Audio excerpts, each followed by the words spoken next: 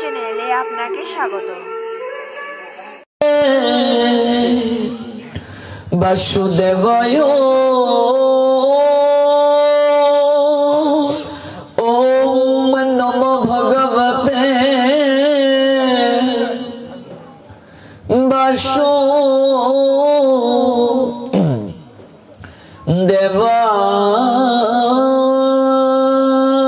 বাসুদেবায়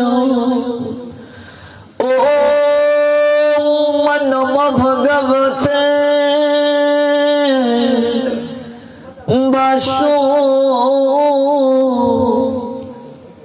বাসুদেবায়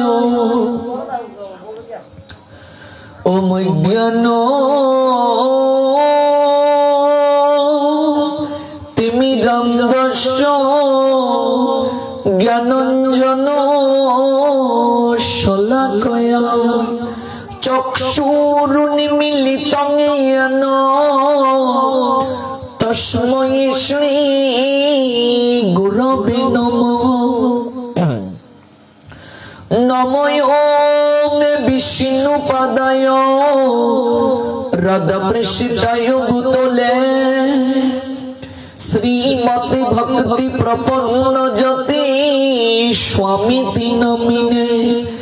নমো আচার্য পদায় দৈন্যভূষণ মুকুটমনে গুরু করুণামৃতয়ে ক্ষমা ধৈর্য শিরোমণে। নমো ওম শ্রীমতে ভক্তি কুসুম শ্রবণায় বৈ বিষ্ণুপাদায় দেবায় কৃপা বেদয়ে নমো নমঃ। শ্রী গৌরী করুণামূর্তি কৃপা পূর্ণ কলে বর শ্রী ভক্তি কুসুমং বন্দে রাধা কুঞ্জ নিবাসিনঃ।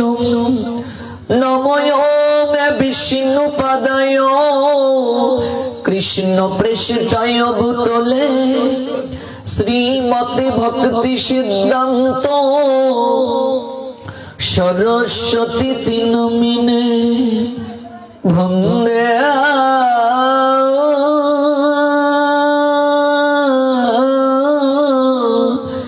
বৃন্দাবন গুরু কৃষ্ণ কমল লোচন বল্লভী বল্লভাং দেব শ্রী রাধা লিঙ্গিত বিগ্রহং আনন্দ লীলাময় বিগ্রহায় হেমাবতী বৎসবি সুন্দরায় তস্मै মহাপ্রেম রস প্রদায় চৈতন্য চন্দ্রায় নমো নমস্তে।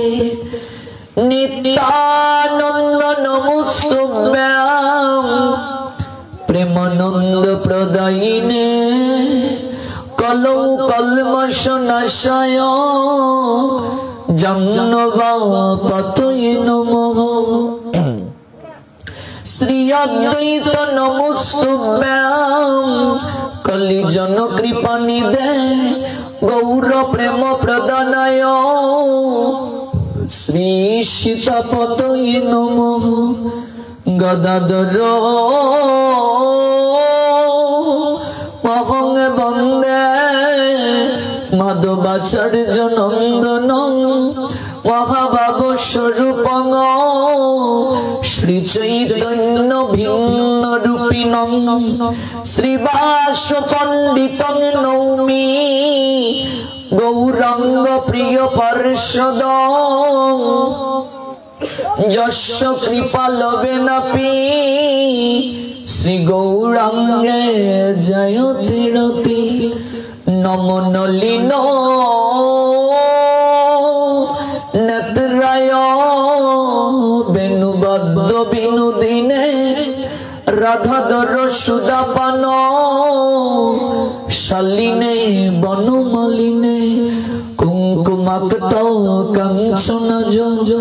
গর্ব হরি গৌরবা পিতনাঞ্চিতা জগন্ধ কীর্তি নিন্দি সৌরভ বল্লবেশ শুনু সর্ব বাঞ্ছিতার্থ সদিকা মজ্জমাত্ম পদ পদ্ম দাস্য দাস্তরাধিকা শ্রীরূপে শ্রী সনাতন ভট্ট রঘুনাথ শ্রীজীবী গোপাল ভট্ট দাস রঘুনাথ এই ছয় গোসাইর করে চরণ বন্দন যাহা গতি বিঘ্ন নাশ অবিশিষ্ট পুরম হরের নাম হরের নাম হরের নামৈব কেবলম কলৌ নাস্তেব নাস্তেব নাস্তেব গতিরন্নতা হরি বল হরি বল হরি বল হরির নাম বিনে আর কলি জীবে অন্য গতি নাই রে জয় জয় শ্রী কৃষ্ণ চৈতন্য দয়াল প্রভু নিত্যানন্দ শ্রী অদ্বৈত গদাধর শ্রীবাসাদি শ্রী গৌর ভক্ত বৃন্দ হরে কৃষ্ণ কৃষ্ণ কৃষ্ণ হরে হরে হরে রাম রাম রাম হরে হরে পাপী তাপী ক্লিষ্ট ত্রিতাপ জ্বালায় জর্জরিত এই কলহের যুগ কলিযুগের জীব সকলকে নামে প্রেমে আপ্লুত করে অমৃতের সন্ধানে যাত্রা করার আকিঞ্চনে রাধার প্রেম ভাবকে হৃদয়ে লালন করে স্বয়ং ভগবান তিনি ভক্ত ভাবি জগৎকে আচরণ করে শিক্ষা দেওয়ার নিমিত্তে পূর্ণ ভগবান অত্যন্ত করুণার নিলয় হয়ে অধিক ভাবি বিভোর হয়ে জগৎ জীবকে সহজ সোপানে অগ্রসর করার মনোরথে গৌরাঙ্গ হয়ে জগতের বুকে পূর্ণ ভগবান কৃষ্ণচন্দ্র আবির্ভূত হলেন। বাসুঘোষ হৃদয়ের অভিব্যক্তি অনুভবে এনে প্রকাশ করলেন, যদি গৌর না হইত তবে কি হইত, কি করে ধরিতাম ধে রাধার মহিমা প্রেম রস সীমা জগতে জানা তোকে। ভেবে দেখুন তো, যদি গৌর না হতো তাহলে আমাদের কি গতি হতো।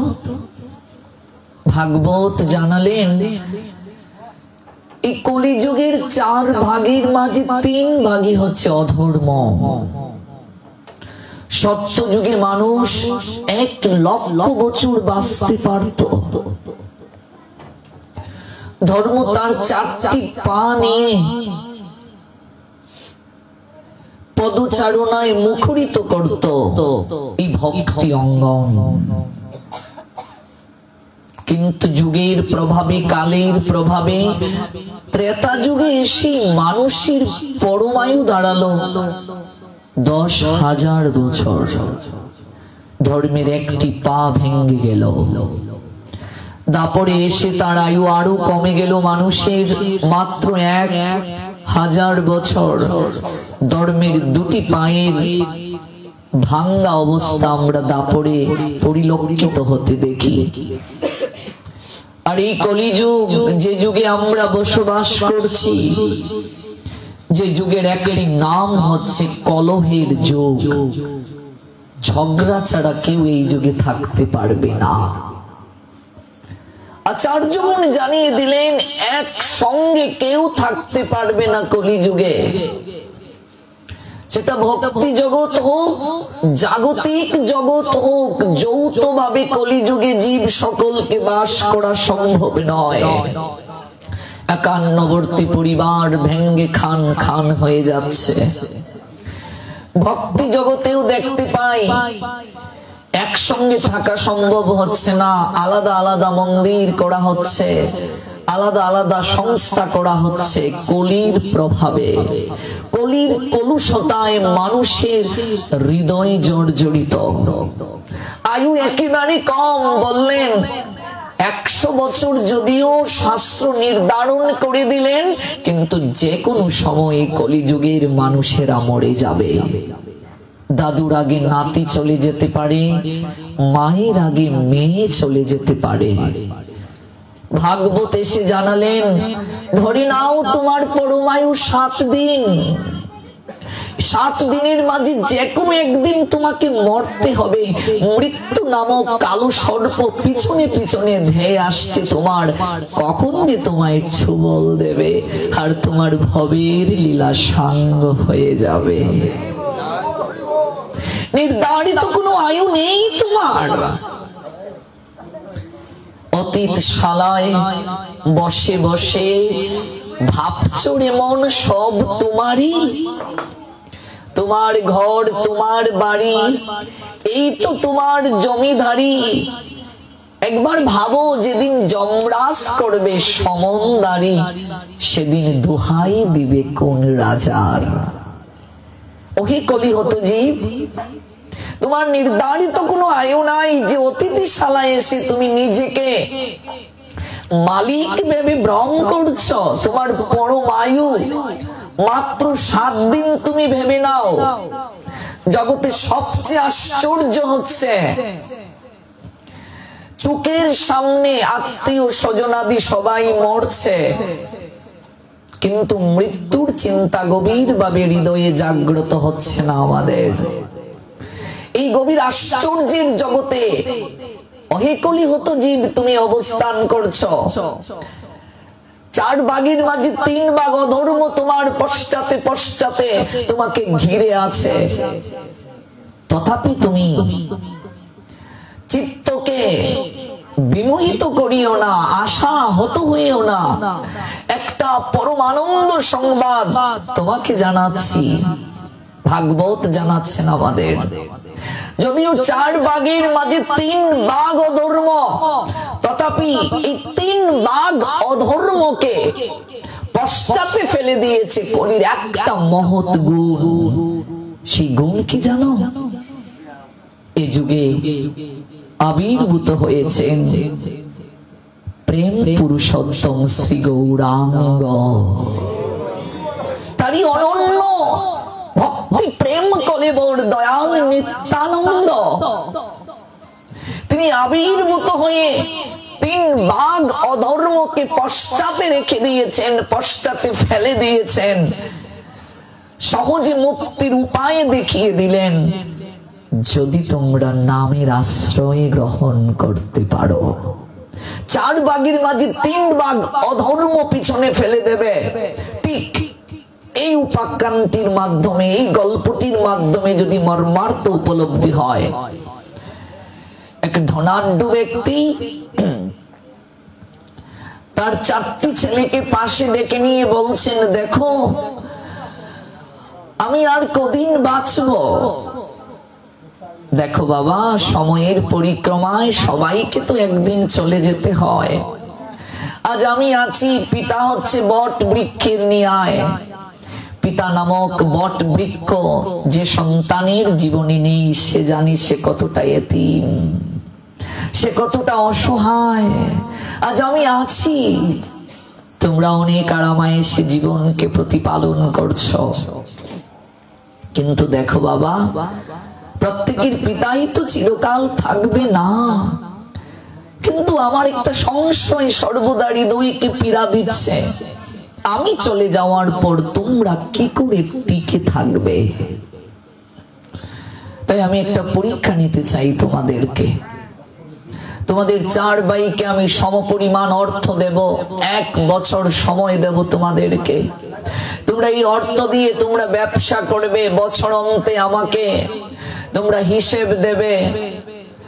4 ভাই সমপরিমাণ অর্থ দিয়ে কে কতটুকু লাভ করতে পেরেছ, কে কতটুকু যোগ্যতার অধিকারী তোমরা প্রমাণ দেবে। 1 বছর তোমাদেরকে সমপরিমাণ অর্থ দিয়ে আমি সময় দিচ্ছি। 4 পুত্র বাবাকে প্রণাম দিয়ে বলছে, পিতাশ্রী আপনার আজ্ঞে শিরোধার্য। সমপরিমাণ অর্থ 4 পুত্রকে ভাগ করে দিলেন পিতা। 1 বছর সময় দিলেন ব্যবসা করার জন্য। বছর অন্তে ব্যবসা করে জ্যেষ্ঠ পুত্রটি বাবার কাছে এসে প্রণাম দিয়ে বলছে, পিতাশ্রী আপনি আমাকে যে পরিমাণ অর্থ প্রদান করেছিলেন, আপনার অর্থকে আমি অক্ষুণ্ণ রেখে আমি 4 ভাগ বেশি লাভবান হয়েছি। 4 ভাগ বেশি আমি মূলধন সঞ্চয় করেছি আপনার অর্থকে অক্ষুণ্ণ রেখে। পিতা জ্যেষ্ঠ পুত্রটিকে বুকে জড়িয়ে ধরে বলছেন, তোমার জন্য আমার কোনো চিন্তা নেই, আমার অবর্তমানে তুমি টিকে থাকতে পারবে, তোমার সেই যোগ্যতা আছে। আমার মেজ পুত্রটা কোথায়? মেজ পুত্রটা এসে বাবাকে প্রণাম দিয়ে বলছে, পিতাশ্রী আমি বর্দার মতো পারিনি, তবে আপনার মূলধনকে আমি বজায় রেখে আমি 3 ভাগ বেশি সঞ্চয় করেছি। মেজ পুত্রটাকে আশীর্বাদ করে বলছেন, যা তুইও টিকে থাকতে পারবে, তোকে নিয়েও আমার কোনো চিন্তা নেই। সেজ পুত্রটা এসে পিতাকে প্রণাম দিয়ে বলছে, পিতাশ্রী আমি বর্দা মেজদার মতো আমি এত পারিনি, তবে তোমার মূলধনকে আমি বজায় রেখে তোমার সম্মান রক্ষা করেছি, আর আমি 2 গুণ বেশি আমি লাভবান হয়েছি। সেজ পুত্রটাকে জড়িয়ে ধরে বাবা বলছেন, যা তুইও টিকে থাকতে পারবে, তোকে নিয়ে আমার কোনো চিন্তা নেই। আমার কনিষ্ঠ পুত্রটা কোথায়? ওর মাঝে তো কোনো আগ্রহ দেখতে পাচ্ছি না। কনিষ্ঠ পুত্র জীর্ণ শীর্ণ চেহারা, মলিন বদন, মুখে কোনো কথা প্রকাশ হচ্ছে না। পিতার কাছে এসে হাত জোড় করে দাঁড়িয়ে রইল, বাবা তুমি আমায় ক্ষমা করে দাও, আমি বর্দা মেজদা সেজদার মতো তোমার সম্মান রক্ষা করতে পারিনি। আমি লাভবান হব দূরের কথা, তুমি আমাকে যে মূলধন দিয়েছিলে আমি সেই মূলধনটাও টিকিয়ে রাখতে পারিনি। বাবা তুমি তো বর্দা মেজদা সেজদাকে আশীর্বাদ করে দিলে, তোমারও বর্তমানে ওরা টিকে থাকতে পারবে, সুখে থাকতে পারবে, শান্তিতে বসবাস করতে পারবে, কিন্তু বাবা আজ তুমি আছো, আমার চিন্তা হচ্ছে না, কিন্তু তুমি যখন চলে যাবে আমি কি করে সংসারে টিকে থাকবো? আমার কি হবে পিতাশ্রী? তুমি আমায় ক্ষমা করে দাও, আমি পূর্ণভাবে তোমার চরণে আমি শরণ নিলাম, স্যালেন্ডার করলাম। তুমি আমাকে যে শাস্তি দেবে আমি মাথা পেতে নেব। ঝরঝর করে চোখ বেয়ে জল ঝরছে, ছোট ছেলেটার চরণে লুটিয়ে পড়েছে বাবার, একেবারে অবুঝ বাচ্চার মতো কাঁদছে, আর চরণ দুটি জড়িয়ে ধরে আত্মসমর্পণ করলো। ছোট ছেলেটার এহেন সমর্পণ দেখে, নয়নের জল দেখে বাবা স্থির থাকতে পারলেন না, তাকে জড়িয়ে ধরে বললেন, এরে ছোট তুই এত কান্না করছিস কেন? ওরে আমি তো এখনো বেঁচে আছি রে, তোর বাবা এখনো বেঁচে আছে, তোর এত ভয় কিসের?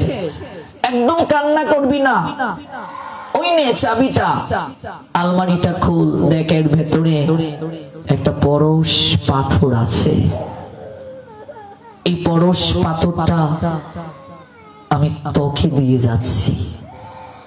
তোর জীর্ণ শীর্ণ চেহারা, তোর পরিশ্রম করার কোনো ক্ষমতা নেই, আমি চলে যাওয়ার পর তুই টিকে থাকতে পারবে না, তুই কেমন করে টিকে থাকবে, এই নিয়ে আমার বড় চিন্তা বাবা। তো এই পরশ পাথরটা আমি তোকেই দিয়ে দিচ্ছি, এই পরশ পাথরটা যাকে স্পর্শ করবে সেই সোনায় পরিণত হবে, আমি তোকে এই পরশ পাথরটা দিয়ে দিচ্ছি। বাকি তিন পুত্র সজোরে চিৎকার করে বলে উঠলো, বাবা যে ছেলেটা তোমার সম্মান রক্ষা করতে পারেনি, তুমি সেই অপদার্থ ছেলেটাকে পরশ পাথর দিয়ে দিলে। ওই পরশ পাথরটা পৈতৃক সম্পত্তি, আমাদেরও তো অধিকার আছে। বাবা বলে উঠলেন, দেখো তোমরা কর্মক্ষম, তোমাদের ক্ষমতা আছে, তোমাদের জ্ঞান আছে, তোমাদের বুদ্ধি আছে, পরিশ্রম করার ক্ষমতা তোমার আছে, কিন্তু আমার ছোট ছেলেটা সর্বদিক থেকে অসহায়। আর সবচেয়ে ভালো লেগেছে, ও আমার চরণে শরণ নিয়েছে, ও আমার চরণে কেঁদে কেঁদে নিজের ভুলগুলোকে শুধরে নেওয়ার জন্য স্যালেন্ডার করেছে। আমি বাবা, আমারও একটা দায় আছে। কাজে তোমরা আমার তিন সন্তান, তোমাদের প্রতি আমার প্রাণ ঢালা আশীর্বাদ রইল। এই ক্ষেত্রে তোমরা কথা বলিও না, আমার এই পরশ পাথরটা আমি আমার ছোট ছেলেটাকেই দিয়ে দিলাম। ছেলেটা পরশ পাথর হাতে নিয়ে হাউমাউ করে কেঁদে উঠলো, চরণ জড়িয়ে ধরে বলল, বাবা তুমি এত বড় মনের অধিকারী, যে সন্তান তোমার সম্মান রক্ষা করতে পারলো না, যে সন্তান তোমার মর্যাদা রক্ষা করতে পারলো না, যে সন্তান তোমার মূলধনকে বজায় রাখতে পারলো না, সেই ছেলেটাকেই তুমি মহামূল্যবান পরশ পাথর দিয়ে দিলেই। বাবা ছেলেটাকে জড়িয়ে ধরে বলছেন, ওরে সন্তান যদি ধুলো বালু মেখে আনে, পিতা কখনো এত বিচার করে না রে। পিতা সর্বদা সন্তানের মঙ্গল কামনা করে। পিতা শুধু দেখতে চায় কোন সন্তানটা তার পিতার প্রতি অধিক শরণাগত, কোন সন্তানটা পিতার প্রতি অকুণ্ঠ শ্রদ্ধা রাখে। এই উপাখ্যানটি আর কিছু নয়, এই চারটা পুত্র হচ্ছে চারটা যুগের প্রতীক, সত্য ত্রেতা দাপর কলি। সত্য যুগে যে মূলধন দিয়ে ভগবান আমাদেরকে জগতে পাঠিয়েছিলেন, মূলধন বজায় রেখে ধর্মের চারটা পানিয়ে ভক্তি অঙ্গনে আমরা পদচারণা করেছিলাম। ত্রেতা যুগে এসে একটা পা ভেঙে গেল, মূলধন বজায় ছিল, তাই মেজপুত্র 3 গুণ বেশি লাভবান হয়েছে। সেজ অর্থাৎ দাপর যুগের প্রতীক ডাবল মুনাফা লাভ করেছিল। মূলধন বজায় রেখে দাপর যুগের সন্তান যারা ভগবানের, তারাও উদ্ধারের প্রক্রিয়ায় আসীন ছিল। আর আমরা হলাম ছোট ছেলে, কলিযুগের ছেলে, জীর্ণ শীর্ণ আমাদের চেহারা, আমাদের আয়ু কম, আমাদের বুদ্ধি কম, আমাদের স্মরণ শক্তি কম। পুঁজি আনলাম 16 আনা, লাভ করিবার আসে, আসলে আসল মিলে না মাঝন বুঝাই কি দিয়ে। ভগবান আমাদেরকে যে মূলধন দিয়ে জগতের বুকে পাঠিয়েছিলেন, পরম পিতা যে মূলধন দিয়ে জগতে পাঠিয়েছিলেন, সেই মূলধনকে আমরা পূর্ণরূপে বজায় রাখতে পারিনি। পিতার মূলধনকে হারিয়ে আমরা ভিখারি হয়ে গেছি। এরপরও আমাদের পরম পিতা গৌর হরি আমাদের কলিহত সন্তানদের দিকে তাকিয়ে বলছেন, ওরে তোদের করতে হবে না, আমি পিতা যদি একবার ছোট ছেলেটার মতো অশ্রু সজল নয়নে চরণে যদি আত্মসমর্পণ তোরা করতে পারিস, আমি পরম পিতা শ্রী গৌরাঙ্গ এই পরশ পাথরটা তোদের হাতে তুলে দেব। কিচ্ছু তোদের করতে হবে না, এটাই হলো পরশ পাথর জপমালা। একবার যদি হাতে তুলে নিস, এই পরশ পাথর যাকে স্পর্শ করবে স্বর্ণে পরিণত করে দেবে। আমার সর্বাঙ্গ বহুবিধ ধাতুতে কলুষিত হয়ে গেছে, যেগুলো আমার ক্ষেত্রে আমার জীবনকে উৎকর্ষতায় নিয়ে যেতে প্রতিবন্ধকতা সৃষ্টি করে। তাই প্রেমের ঠাকুর পরম পিতা শ্রী গৌর হরি কলিহত জীবের সন্তানদের হাতে এই পরশ পাথর তুলে দিলেন। বাবা যেমন ছোট ছেলেটাকে জড়িয়ে ধরে বলছিলেন, তোকে কিচ্ছু করতে হবে না বাবা, ওই পরশ পাথরটা হাতে নিয়ে এইরকম শরণাগত শুধু থাকিস, আমার আশীর্বাদ তোর উপর আছে। পরম পিতা শ্রী গৌর হরি এই জপমালা পরশ পাথর প্রত্যেকের হাতে তুলে দিয়ে বললেন, ওহে কলিহত আমার সন্তানগণ, তোমাদের আর কিচ্ছু করতে হবে না, তোমরা কেবল নয়ন জলে ভেসে একবার হরি বল বলবে আর হরি নাম করবে। কলৌ নাচতেব নাচতেব নাচতেব গতির অন্যতা, কলিযুগে হরি নাম ছাড়া আর গতি নেই, আর গতি নেই, আর গতি নেই। এই জপমালাই হলো পরশ পাথর, যেটা মহাপ্রভু আমাদের হাতে তুলে দিলেন। তাই ভাগবত বললেন, যদিও কলিযুগ অত্যন্ত দুষের আকর, 4 ভাগের মাঝে 3 ভাগ ধর্ম, কিন্তু এই কলিযুগকে ধন্য করেছেন স্বয়ং ভগবান শ্রী গৌর হরি আবির্ভূত হয়ে। তিনি প্রত্যেককে এসে নামে প্রেমে মালা গেঁথে গলায় পরিয়ে দিলেন। কেন আসলেন তিনি? 3টা বাঞ্ছাকে হৃদয়ে লালন করে শ্রী রাধয়া প্রণয় মহিমা কিদৃশ বানইবা সাধ্য জানাত বহুত মধুরিমা কিদৃশ বা মদীয় সক্কং চাস্য মদনুভবত কিদৃশ বা ব্যথি লুভাত তদ্বাদ্য সমজনী শচি গর্ভ সিন্ধু হরিন্দু। বললেন, গৌরাঙ্গকে কলিযুগে আসার পশ্চাৎ 3টা হচ্ছে মুখ্য কারণ। প্রথম কারণ, শ্রী রাধার প্রেমের মাহাত্ম্য কেমন। প্রেমময়ী শ্রীমতী রাধারানীর প্রেমের মাহাত্ম্যটা কেমন, যার দ্বারা শ্রীমতী রাধারানী আমার অদ্ভুত মাধুর্য তিনি আস্বাদন করেন। সেই মাধুর্যটাই বা কিরূপ? আমার মাধুর্য আস্বাদন করে প্রেমময়ী শ্রীমতী রাধারানী কি সুখ অনুভব করেন। আর তৃতীয় কারণ হচ্ছে, আমার হৃদয়ে মাঝে লোভ হয়েছে, ওই মাধুর্য ভাবটাকে আমিও আস্বাদন করে দেখতে চাই। প্রথম কারণ, প্রেমময়ী শ্রীমতী রাধারানীর প্রেমের মাহাত্ম্য কেমন, মাধুর্য কেমন। দ্বিতীয় কারণ, তৃতীয় কারণ, এই প্রেমটাকে আস্বাদন করে শ্রীমতী রাধারানী 100 বছর ক্রন্দন করেছিলেন। এরপরও এমনকি কান্নার মাঝেও তিনি আনন্দ অনুভব করেছিলেন। ব্রজের রাধা বিনোদিনী, সে হইয়াছে কলঙ্কিনী, রাধার প্রেম ঋণ সুদিবার তোরে আমি আসি নই দাপুরে। শ্রীদামের অভিসম্পাত 100 বছর ব্রজবাসী কৃষ্ণ হারা রইল। 9 বছরের উপরে বৃন্দাবনেশ্বর শ্রী গোবিন্দ বৃন্দাবনে অবস্থান করলেন। গোপাল চম্পু গ্রন্থ বলছেন 10 বছর 7 মাসের নিয়ায় বৃন্দাবন চন্দ্র বৃন্দাবনে লীলা বিলাস করে অক্রূরের রথে চড়ে তিনি মথুরায় গেলেন কর্তব্য সম্পাদনের জন্য। 100 বছর আর তিনি বৃন্দাবনে ফিরে আসলেন না। রাসলীলা যখন করলেন, 9 বছর বয়সের কম ছিল গোবিন্দের, রাধারানীর বয়স ছিল 7 বছরের কম। এহেন দেহের ঊর্ধ্বে গিয়ে নিষ্কাম প্রেমে আবদ্ধ হয়ে প্রেমময়ী শ্রীমতী রাধারানী তথা সখীগণকে নিয়ে জগতের বুকে দেহের ঊর্ধ্বে যে প্রেম, জীবাত্মার সঙ্গে পরমাত্মার যে গভীর মিলন, ভক্ত ভগবানের যে গভীর মিলন, খণ্ডের সঙ্গে অখণ্ডের যে মিলন, এই মিলন সুখকে অনুভব করতে গিয়ে অপ্রাকৃত প্রেম রসলীলা করে কর্তব্যের তাগিদে বৃন্দাবনেশ্বর মথুরানাথ হলেন। মথুরার রাজ সিংহাসনে গিয়ে বসলেন। মথুরা থেকে দ্বারকানাথ হয়ে দ্বারকায় তিনি গেলেন। 100 বছর আর তিনি বৃন্দাবনে ফিরলেন না।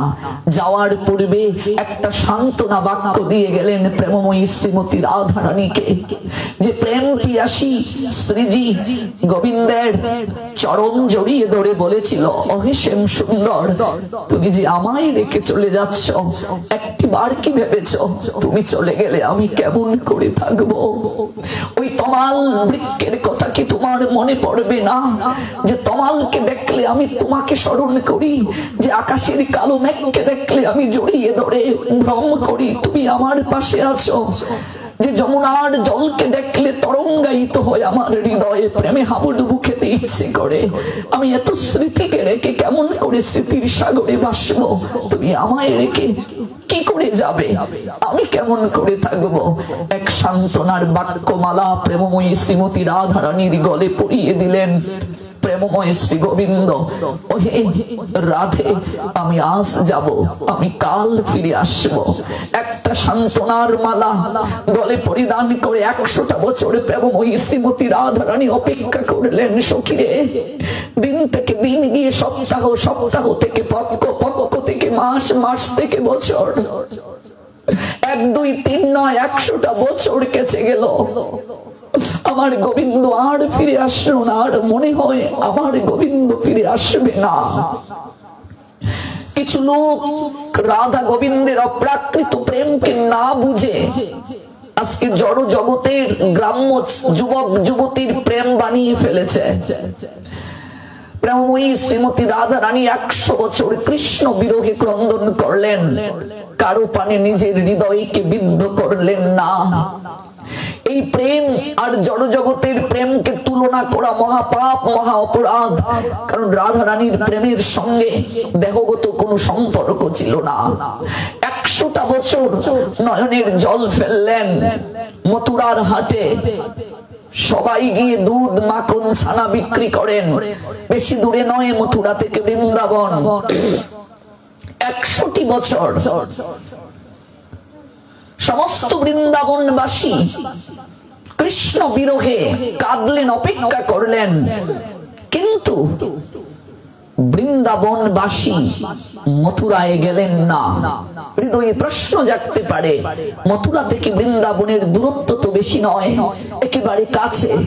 তাহলে কৃষ্ণ তিনি তো পারতেন বৃন্দাবনের ভক্তদেরকে নিয়ে মথুরায় রাখতে, কিংবা মাঝে মাঝে এসে তো তিনি বৃন্দাবনের ভক্তদেরকে দেখে যেতে পারতেন, কিংবা দুই পরিবারকে এক জায়গায় রেখে রসরাজ শ্রী গোবিন্দ লীলার নায়ক লীলা বিস্তার করতে পারতেন। প্রতিনিয়ত মথুরার হাটে তারা যায়, কিন্তু রাজভবনে গিয়ে কেন তারা কৃষ্ণের সঙ্গে সাক্ষাৎ করে না? সে অপূর্ব লীলা 1-2 ঘন্টায় বলা সম্ভব নয়। গৌর লীলাকে সম্যক ভাবে উপলব্ধি করতে গেলে গৌর হরি জগতে আসার যে 3টা কারণ বলে দিয়েছে শাস্ত্র, তার প্রথম কারণ প্রেমময়ী শ্রীমতী রাধা রানীর প্রেমটা কেমন এটাকে উপলব্ধি করা। এটা উপলব্ধি 1 সপ্তাহ যদি আমরা শুনতে পারি, তাহলে আমরা উপলব্ধি করতে পারবো গৌরাঙ্গ জগতে আসার কারণ কি। নতুবা জগৎবাসী গৌরাঙ্গকে বিন্দু মাত্র আমরা উপলব্ধি করতে পারবো না। গৌরাঙ্গের আসার কারণ, প্রথম কারণ শাস্ত্র জানিয়ে দিলেন শ্রী রাধার প্রেমের মাহাত্ম্যটা কেমন। দেখুন, প্রেমময়ী শ্রীমতী রাধা রানী সহ ব্রজবাসীরা মথুরার হাতে গিয়ে তারা দধি, মাখন, ছানা বিক্রি করছে, অথচ কৃষ্ণ আছেন মথুরার রাজভবনে। কশ্মীর কালেও গিয়ে তারা দেখা করে নাই। কারণ কি? অনেক কারণ। প্রথম কারণ ভাবের কারণ, ভাবগত দিক থেকে পার্থক্য। কৃষ্ণ বৃন্দাবনে লীলা করেছেন মাধুর্যের লীলা, আর মথুরা হচ্ছে ঐশ্বর্যের আলয়। ঐশ্বর্য মাধুর্য কখনো এক জায়গায় থাকতে পারে না। ঐশ্বর্য মাধুর্য হচ্ছে জল আর তেলের ন্যায়। বৃন্দাবনেশ্বর কৃষ্ণ বৃন্দাবনে তিনি রাখাল রাজা। এখানে তিনি প্রেমে বশীভূত আদুল গায়ে তিনি খেলা করেন। সকারা কাষ্ঠ থেকে ফল তুলে পরখ করে দেখে কোন ফলে অমৃত রয়েছে, কোন ফলে বিষ রয়েছে, কোন ফল টক, কোন ফল মিষ্ট। ওরা একে অপরের গলা জড়িয়ে ধরে বলে, দেখ না শ্রীরাম, ওই ফলটায় বিষ আছে কিনা, আমরা আগেই খেয়ে দেখি। ওরে বিষ যদি ফলে থাকে আমরা খেয়ে মরবো রে, আমাদের কানাইকে মরতে দেব না। কানাই যদি মরে যায় আমরা কার কাঁধে চড়বো রে, আমরা কাকে বলবো? মধুর বৃন্দাবনটা আমাদের ঘুরিয়ে দেখা। নিজে মালা গেতে প্রথমে গলায় পরে, প্রসাদী মালাটা গোবিন্দের গলায় পরিয়ে দেয়। মাথা মুড়ি পুত্র ভেবে করে গো বন্ধন। গোবিন্দ বলছেন, আমার মা যশোমতী আমাকে ভগবান ভাবে না, আমাকে নিজের পুত্র ভাবে। মা যেমন পুত্রকে শাসন করে, মা যেমন পুত্রকে কখনো কান ধরে উঠবস করায়, জড়িয়ে ধরে, আমার মাও তেমন। আমি আমি যে ভগবান, শুধু ভগবানই নয়, আমি যে ভগবানেরও ভগবান, পরম ভগবান, পরমেশ্বর ভগবান, এটা আমার মায়ের কাছে নেই। আমাকে কান ধরে উঠবস করায়, মাথা মুড়ে পুত্র ভেবে করে গো বন্ধন, আমাকে রশি দ্বারা বাঁধে, অনুরাগের বন্ধনে বাঁধে উদুকলের মাঝে, কান ধরে উঠবস করে, হাতের মাঝে লাঠি দেখে। অনন্তময় ভগবান, অনন্ত কোটি বিশ্ব ব্রহ্মাণ্ডের মালিক যিনি, যার নাম শুনলে মহাকাল যেখানে থরথর করে কাঁপে, সেই পরমেশ্বর ভগবান মায়ের হাতে সামান্য এক গোয়ালিনীর হাতে লাঠি দেখে কম্পিত হয়ে, কম্পিত স্বরে থরথর করে কেঁপে মায়ের কাছে অনুনয় করে দুটি হাত জোর করে বলে, মা এবারের মতো ছেড়ে দাও না গো, আমি আর কোনোদিন ননি চুরি করবো না। নন্দ মহারাজ সেই গোপালকে বলে, গোপাল যত গোয়াল গড়ে গোবরের মাঝে আমার পাদুকাগুলো ল্যাপটে আছে, একটু ধুয়ে নিয়ে আয়। পাদুকা দুই, একটা বগলের নিচে আরেকটা মাথায় করে ভগবান শ্রী গোবিন্দ যাচ্ছেন নন্দ মহারাজের কাছে। ও দূরে দেবর্ষি নারদ দৃশ্য অবলোকন করে বলছে, বাবা আমার বিনা যার দিবানিশি গুণ কীর্তন করে, যার চরণ দর্শনের জন্য দেবতারা কত বছর আরাধনা করে, মুনিগণ যোগীগণ যাকে ধ্যানে, যাকে যোগ সাধনায় বিন্দু বিসর্গ টলাতে পারে না, আর তুমি এই জায়গায় পরম ধাম ছেড়ে এই জায়গায় এসে ভক্তের জুতা বুঝা বহন করছো আনন্দে, বিন্দু বিসর্গ তোমার বুঝি সম্মানে লাগছে না। কৃষ্ণ নারদকে বলছেন, নারদ আমি সব জায়গায় বৃহৎ ক্ষমতার অধিকারী, কিন্তু ভক্তের প্রীতি আর ভক্তির কাছে আমি বৃহৎ ভগবান ক্ষুদ্র হয়ে যাই।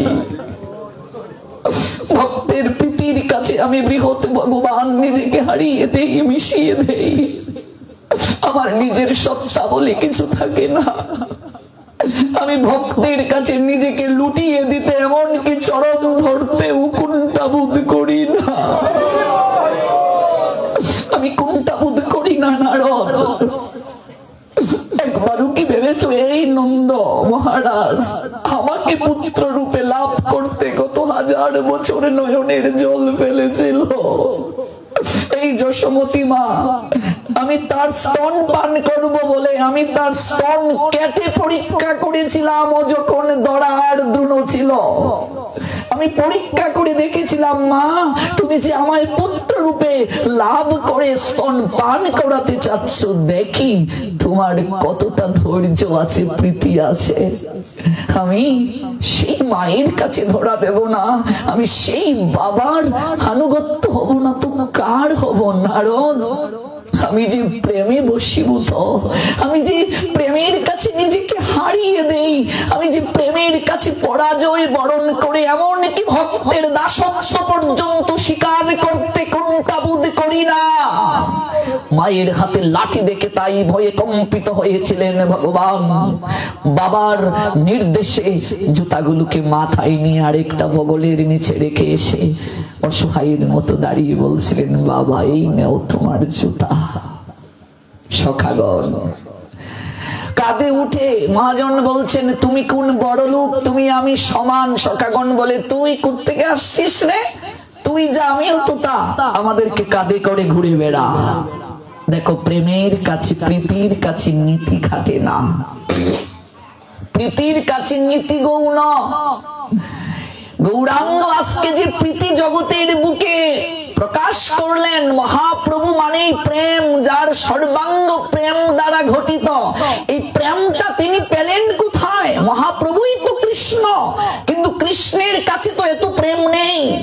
অন্যান্য অবতারে তো এত প্রেম দান করার শক্তি তার ছিল না। আজকে গৌরাঙ্গ অবতারে এত প্রেম তিনি পেলেন কোথায়? এই প্রেম কৃষ্ণের নয়, এটা রাধারানীর কাছ থেকে ধার করে আনা। এটা কৃষ্ণের সম্পদ নয়। দেখো প্রীতি যেখানে, সবকিছু সেখানে গৌণ হয়ে যায়। কৃষ্ণ গেলেন সন্ধির প্রস্তাব নিয়ে, দুর্যোধন তার স্বরূপ চিনতে না পেরে তাকে বন্দী বানালো, প্রয়াস করলো, ব্যর্থ হলো।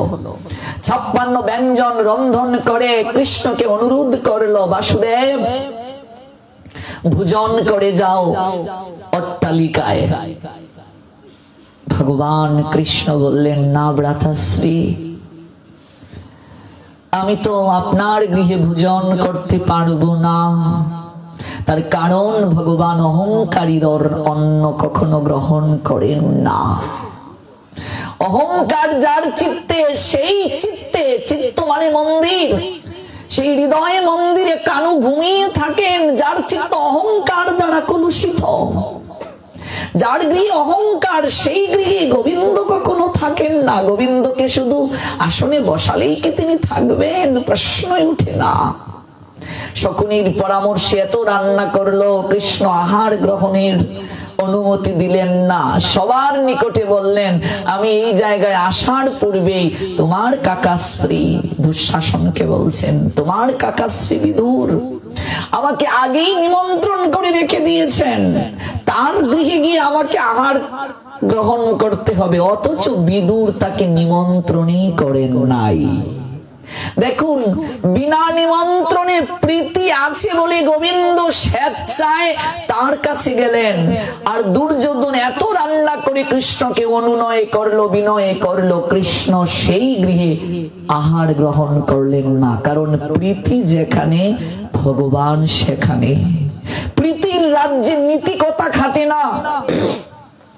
প্রীতি যেখানে গভীর, সেখানে শাস্ত্র জ্ঞান পর্যন্ত গৌণ হয়ে যায়। উদ্ধব এত বড় শাস্ত্রবিদ, কিন্তু ব্রজগোপীদের একটা প্রশ্নের উত্তরও তিনি দিতে পারেন নাই।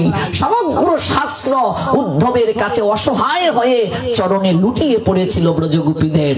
এত শাস্ত্রবিদ উদ্ধব, একটা উত্তরও তিনি দিতে পারেন নাই। ভালোবাসার কাছে সবাই পরাজয় স্বীকার করে। এই শুদ্ধ ভালোবাসাটাই কৃষ্ণ ব্রজলীলার বাহিরে দিতে পারেন নাই। বৃন্দাবন ব্যতীত আর কোন জায়গায় কৃষ্ণ এই প্রেম দিতে পারেন নাই। তাই সর্বজনকে সেই প্রেম দিতে রাধার প্রেমের ভাণ্ড থেকে প্রেম নিজে আগে মাখলেন, আর প্রেমের ভাণ্ড নিয়ে জগতের বুকে শচী সিন্ধু গর্ভে এসে জাত পাত রাখলেন না। ঘরে ঘরে, জনে জনে, নরে নরে উঁচু নিচু ভেদাভেদ করলেন না। পাত্র অপাত্র বিচার করলেন না। কৃষ্ণ লীলায় পাত্র অপাত্র বিচার ছিল, রাম লীলায় পাত্র অপাত্র বিচার ছিল, হরি লীলায় পাত্র অপাত্র বিচার ছিল সত্য যুগে। কিন্তু কলি যুগে পাত্র অপাত্রের কোন বিচার করলেন না গৌরাঙ্গ। সবাইকে দিলেন, কারণ প্রীতি যেখানে, সেখানে বাকি সকল কিছু গৌণ।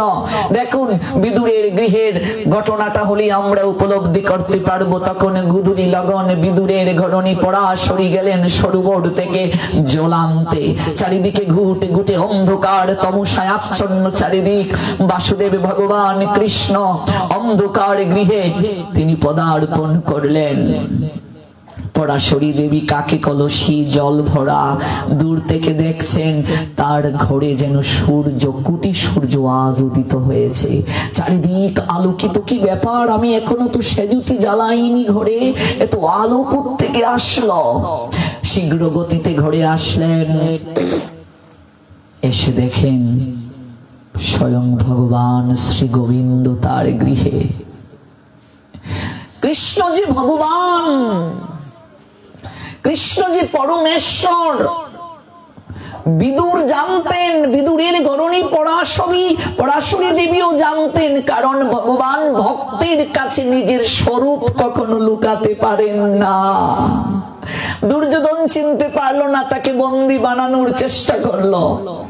কিন্তু বিদুরের স্ত্রীর কাছে তো তিনি লুকাতে পারবেন না, ভক্তের কাছে তো ভগবান স্বরূপ লুকাতে পারেন না। পরাশরী দেবী কাকে কলসি জল ভরা ভেতরে প্রবেশ করে আচমকা হয়ে গেলেন। হঠাৎ কেউ কোনো কাঙ্গাল যদি একটা পরশমণি পেয়ে যায়, যা প্রাপ্তির কথা নয়, এমন কিছু যদি পেয়ে যায়, কি হতে পারে? কাকে কলসি রাখবেন কোথায় ভাবতে পারছেন না। গৃহের এক কোণে রেখে লুটিয়ে পড়লেন।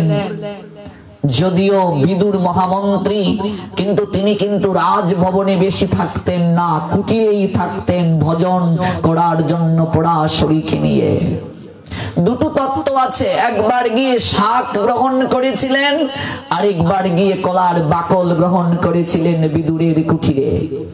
পরাশরী দেবী লুটিয়ে পড়লেন, আমার কি সৌভাগ্য, ওহে বাসুদেব কৃষ্ণ, তুমি এতদিন পরে এই কাঙ্গালিনীর কুঠিরে চরণ ধুলি দেওয়ার জন্য এসেছ।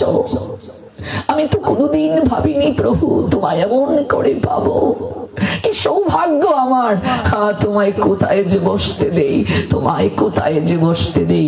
আঁচলের কিছুটা অংশ তিনি ছিঁড়ে বললেন, এখানেই বসো।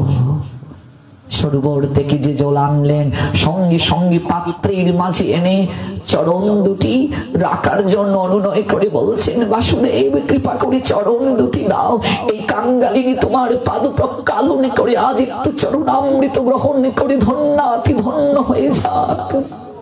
গোবিন্দ চরণ দুটিকে এলিয়ে দিলেন, নয়নের জল টপ টপ করে পড়ছে পাত্রের মাঝে।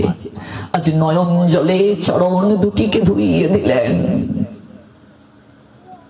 ভগবান শ্রী গোবিন্দ চোখের দিকে তাকালেন, পরাশরীর শ্রাবণীর উদ্বেল স্রোতের ন্যায় যেন চোখ থেকে বাড়ি বর্ষিত হচ্ছে। বাসুদেব, আমি কি বলবো কিছুই বুঝে উঠতে পারছি না, তোমায় কি সেবা করাবো। আশেপাশে তাকালেন, গৃহের এক কোণে দেখলেন অর্ধ পাকা কিছু কদলি রয়েছে। কদলি মানে কলা, আদা পাকা, ভালো করে পাকে নাই।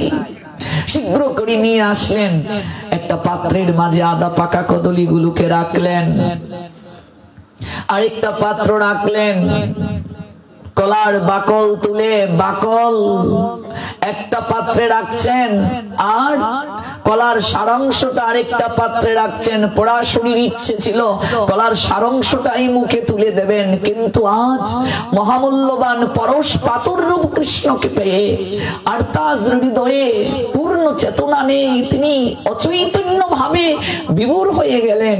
তাই সারাংশটা তিনি পাত্রের মাঝে রেখে কলার বাকলটাই তিনি কৃষ্ণের চন্দ্রবদনে তুলে দিচ্ছেন।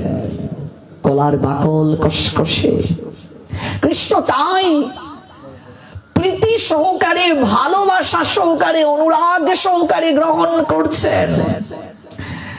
পরাশরী চোখের দিকে তাকালেন, আকি তার দুটি আপন মমত্বে সৃজন করেছে প্রভু, যে তাকায় কোথায় সে হারায় বুঝে ওঠে না কবু।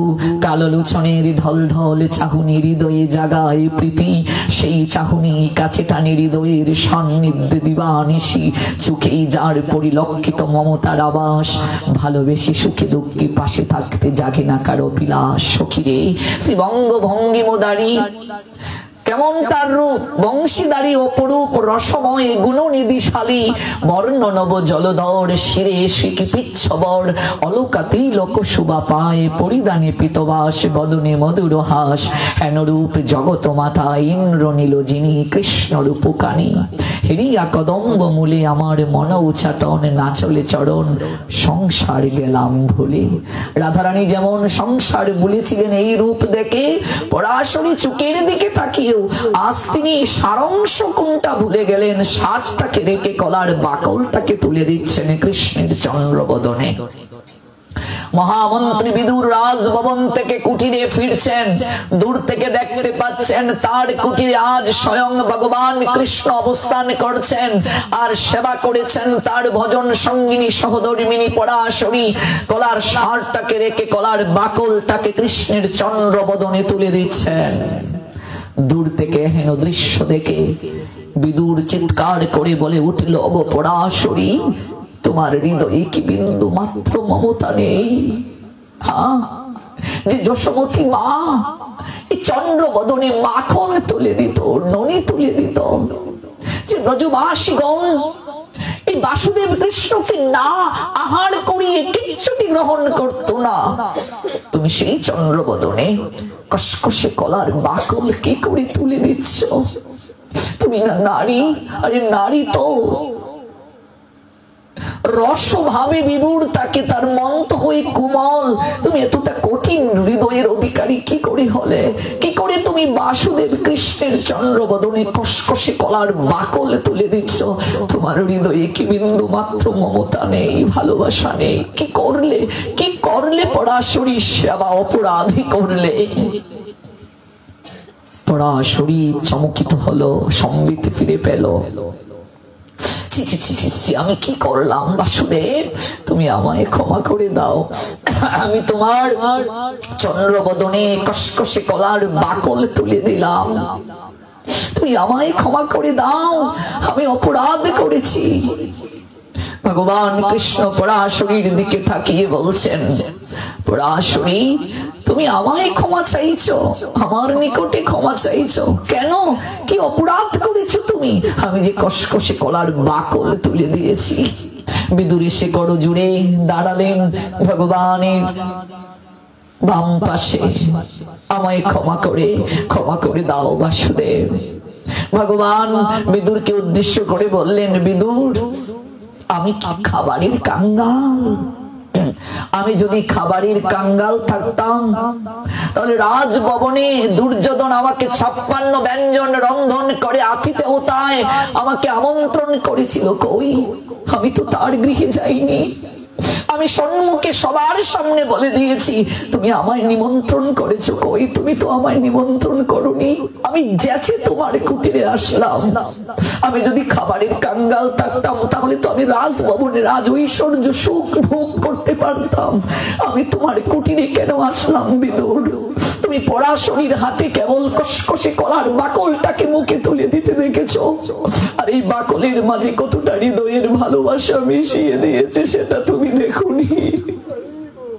এই বাকলের মাঝে কতটা প্রেম মিশিয়ে দিয়েছে সেটা তুমি অনুভব করোনি। এই বাকলের মাঝে কতটা ভক্তি মিশিয়ে দিয়েছে সেটা তুমি উপলব্ধি করোনি। বিদুর তুমি এসে আমার ভক্তের সঙ্গে প্রেম ঘন লীলায় তুমি আমার বিচ্ছেদ ঘটিয়ে দিলে। আমি কলাও খাই না বিদুর, আমি ছুলাও খাই না, আমি কেবল ভক্তের হৃদয়ের প্রেম গ্রহণ করি। আমি কেবল ভক্তের হৃদয়ের ভক্তিটাকে গ্রহণ করি। ওই ভক্তিতেই আমি কেবল বশীভূত হই, ওই প্রেমেই আমি কেবল বশীভূত হই। আর কিছু আমার নিকটে প্রয়োজন নেই, বাকি সকল কিছু আমার গৌণ। ওই প্রেম দ্বারা ব্রজবাসীগণ বেঁধেছিল শ্রী গোবিন্দকে।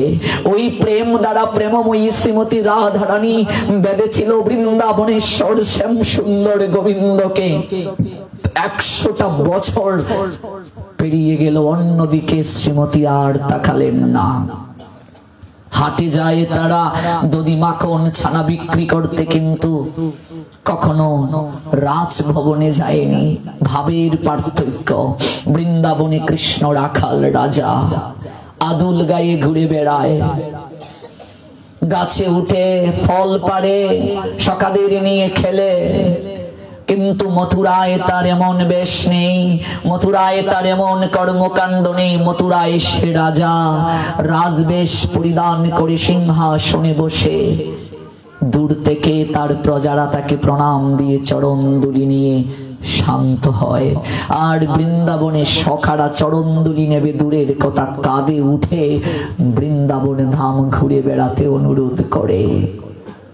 প্রেমময়ী শ্রীমতী রাধারানী কৃষ্ণকে যদি গাল মন্দ দেয়, মহাজন বলছেন রাধামুরে প্রেমিক ভেবে করে গাল মন্দ, বেদ পাঠে আমি যতটা আনন্দ হই তার চেয়ে অধিক পাই আনন্দ। রাধারানী তথা ভক্ত যদি অভিমান করে ভগবানকে গাল মন্দও করে, বেদ পাঠে যতটা না আনন্দ হন তার চেয়ে বেশি আনন্দ পান ভক্তের গাল মন্দতে ভগবান। ভক্ত হওয়াটাই জীবনের মুখ্য উদ্দেশ্য, আর কিছু নয়।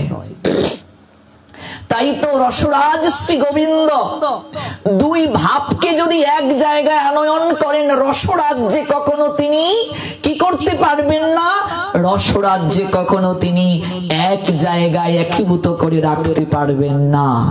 এই জন্য মথুরায় মথুরার ভাব, দ্বারকায় দ্বারকার ঐশ্বর্য ভাব, বৃন্দাবনে মধুর ভাব। মাত্র 10 বছরের সময় পার করা, কিন্তু দ্বারকায় রাজ ঐশ্বর্য থেকেও বিন্দু মাত্র সময়ে তিনি বৃন্দাবনের কথা মন থেকে বিসর্জন দিতে পারেন নাই।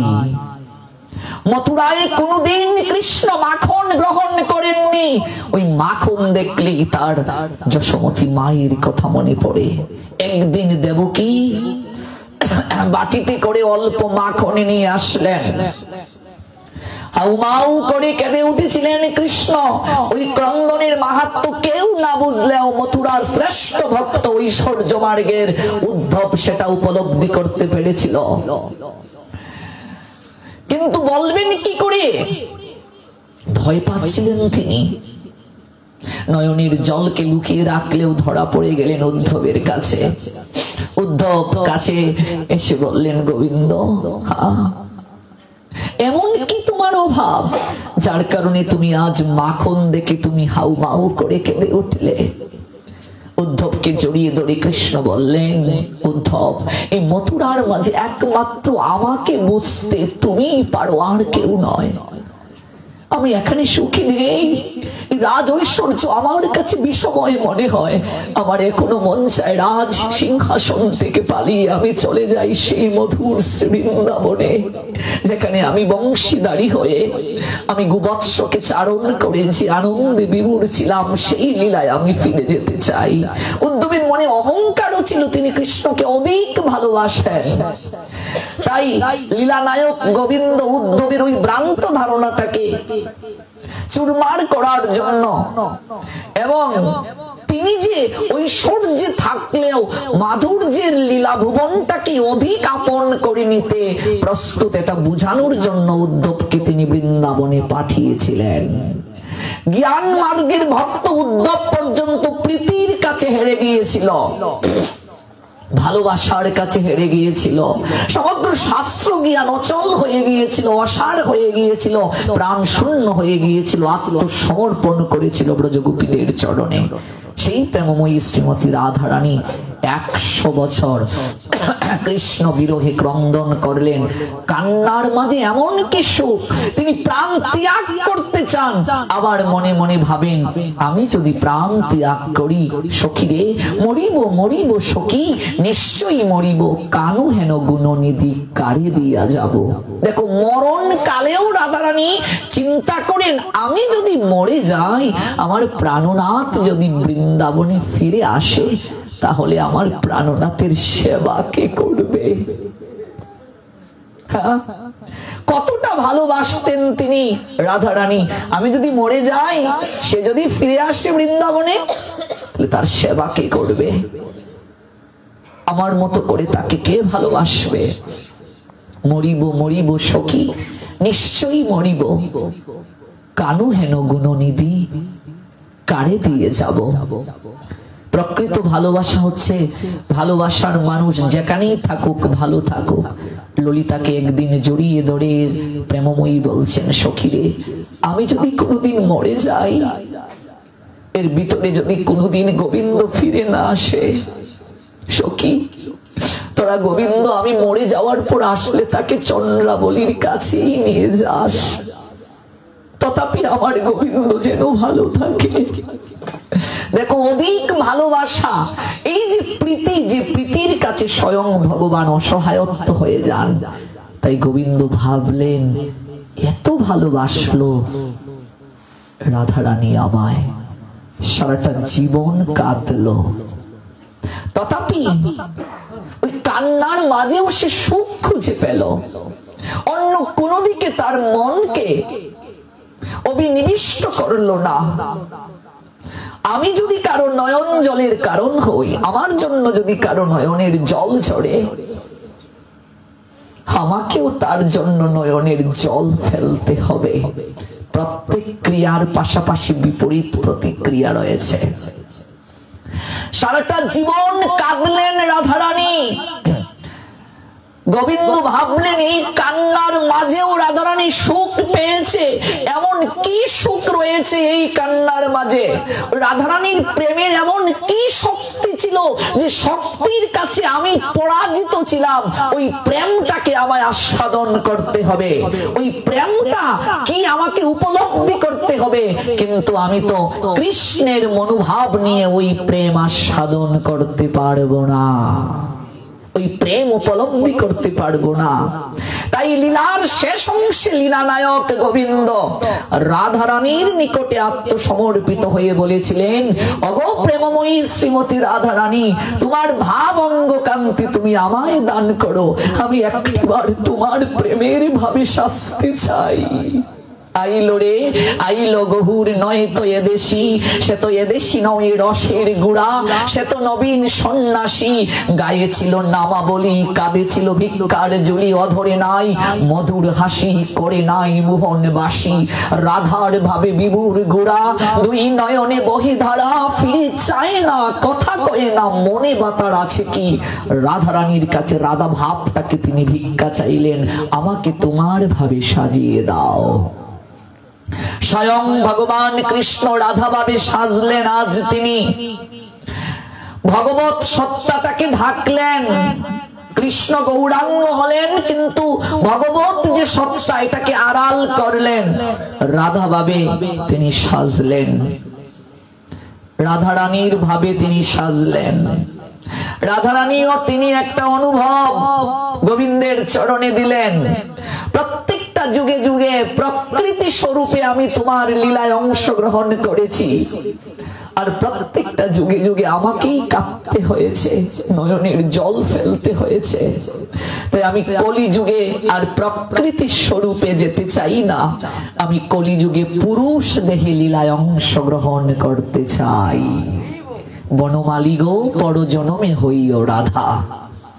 বনমালী গোবিন্দ আসলেন রাধা ভাবে বিভোর হয়ে, গৌরাঙ্গ হয়ে, রাধা ভাবটাকে তিনি হৃদয়ে লালন করলেন। আর সেই প্রেমময়ী শ্রীমতী রাধারানী আসলেন গদাধর হয়ে, পুরুষ ভাব নিয়ে। আবার কিছুটা অংশ আসলেন গদাধর দাস হয়ে, আর পূর্ণ ভাবটা আসলেন গদাধর পণ্ডিত হয়ে। গদাধর কিন্তু দুজন ছিলেন, পঞ্চতত্ত্বের একজন যার নাম গদাধর পণ্ডিত, আরেকজন ছিলেন গদাধর, তিনি হলেন গদাধর দাস। সেই গদাধর দাস, তার মাঝে রাধার কিছুটা অংশ, আর বলরামের যে গরণী ছিলেন দুজন, তাদের প্রথম গরণীর কিছুটা অংশ, উভয়ে মিলে গদাধর দাস। গদাধর পণ্ডিত হলেন প্রেমময়ী শ্রীমতী রাধারানী, যিনি পঞ্চতত্ত্বের অন্যতম তত্ত্ব। বৃষভানু রাজা, সেই বৃষভানু রাজা আসলেন পুণ্ডরিক বিদ্যানিধি হয়ে, যিনি গদাধরীর পারমার্থিক পিতা অর্থাৎ গুরুদেব। আর রাধারানী হলেন গদাধর গুরু শিষ্য অর্থাৎ পিতা এবং সন্তান। শিষ্য মানে তো সন্তান, আর সেই যুগে ছিলেন বাবার কন্যা। একই স্বরূপ রইল, তত্ত্ব একই রইল, লীলায় কেবল পার্থক্য। কলিযুগে যারা আছেন সবাই ব্রজেরই জন, ওরা সবাই আছেন, কিন্তু কেউ আর নারী স্বরূপে নয়, পুরুষ স্বরূপে। কারণ যে রাসলীলা গোবিন্দ করলেন ব্রজলীলায়, যদিও তার বয়স 9 বছর ছিল, রাধারানীর বয়স 7 বছরের কম ছিল, যদিও যে প্রেমের মাঝে বিন্দু মাত্র কামনা ছিল না, কিন্তু সাধারণ মানুষ সেই প্রেম উপলব্ধি করতে না পেরে গোবিন্দের চরিত্রে আজও কালিমা লেপন করে। সেই দোষকে সংশোধন করে জগৎকে দেখানোর জন্য এই কলিযুগে গৌর সুন্দর তাই কি করলেন? কোন প্রচারে কোন লীলায় নারীকে অধিকার দিলেন না। এই হচ্ছে আসল তত্ত্ব। কোন তত্ত্বে কোন লীলায়, এখন তো নাম কীর্তনে আমরা মাতাজিদের পার্টি দিই, কিন্তু গৌর সুন্দরের সেটা অনুমোদন নেই। অপ্রিয় হলেও সত্য কথা, অপ্রিয় কথাগুলো আমাদের কাছে কষ্টের কারণ হয়, কিন্তু এটাই বাস্তব। মহাপ্রভু নাম সংকীর্তনে, নাম কীর্তন যারা পরিবেশন করবে, মাতাজিদেরকে অধিকার দেননি তাই বলে কি নারীদেরকে তিনি ছোট রেখেছেন? কখনো নয়, নারীকে সর্বাগ্রে স্থান দিয়েছেন। কারণ আমরা পজিটিভ থেকে নেগেটিভটা ভাবি বেশি। মানুষ 1000 কথা বললে এক দুটা স্লিপ হতেই পারে, দেখবেন স্লিপ অফ টাং যেটা হয়েছে এটা নিয়ে আমরা মাতামাতি করি, কিন্তু বাকি যে এত কথা ভালো বলা হলো এটা নিয়ে কারো দৃষ্টি নেই। এত এত লীলা করলেন কৃষ্ণচন্দ্র, কই সেই লীলা নিয়ে তো কারো মাথা ব্যথা নেই। রাসলীলায় বিন্দু মাত্র কামনা ছিল না, তথাপি কৃষ্ণের চরিত্রে কালিমা লেপন করছি আমরা। তাই এই কলিযুগে কোন নারী স্বরূপেই রাখলেন না, মহাপ্রভু পুরুষে পুরুষে রাস দিলেন শ্রীবাসের আঙ্গিনায়। নারী স্বরূপে কেউ নেই, নারী আছেন পুরুষ স্বরূপে। রায় রামানন্দ আর কে? রায় রামানন্দের সঙ্গে হচ্ছেন স্বরূপ দামোদর, রাই তো ব্রজলীলার ললিতা বিশাখা। ললিতা বিশাখায় আসলেন রায় রামানন্দ স্বরূপ দামোদর হয়ে।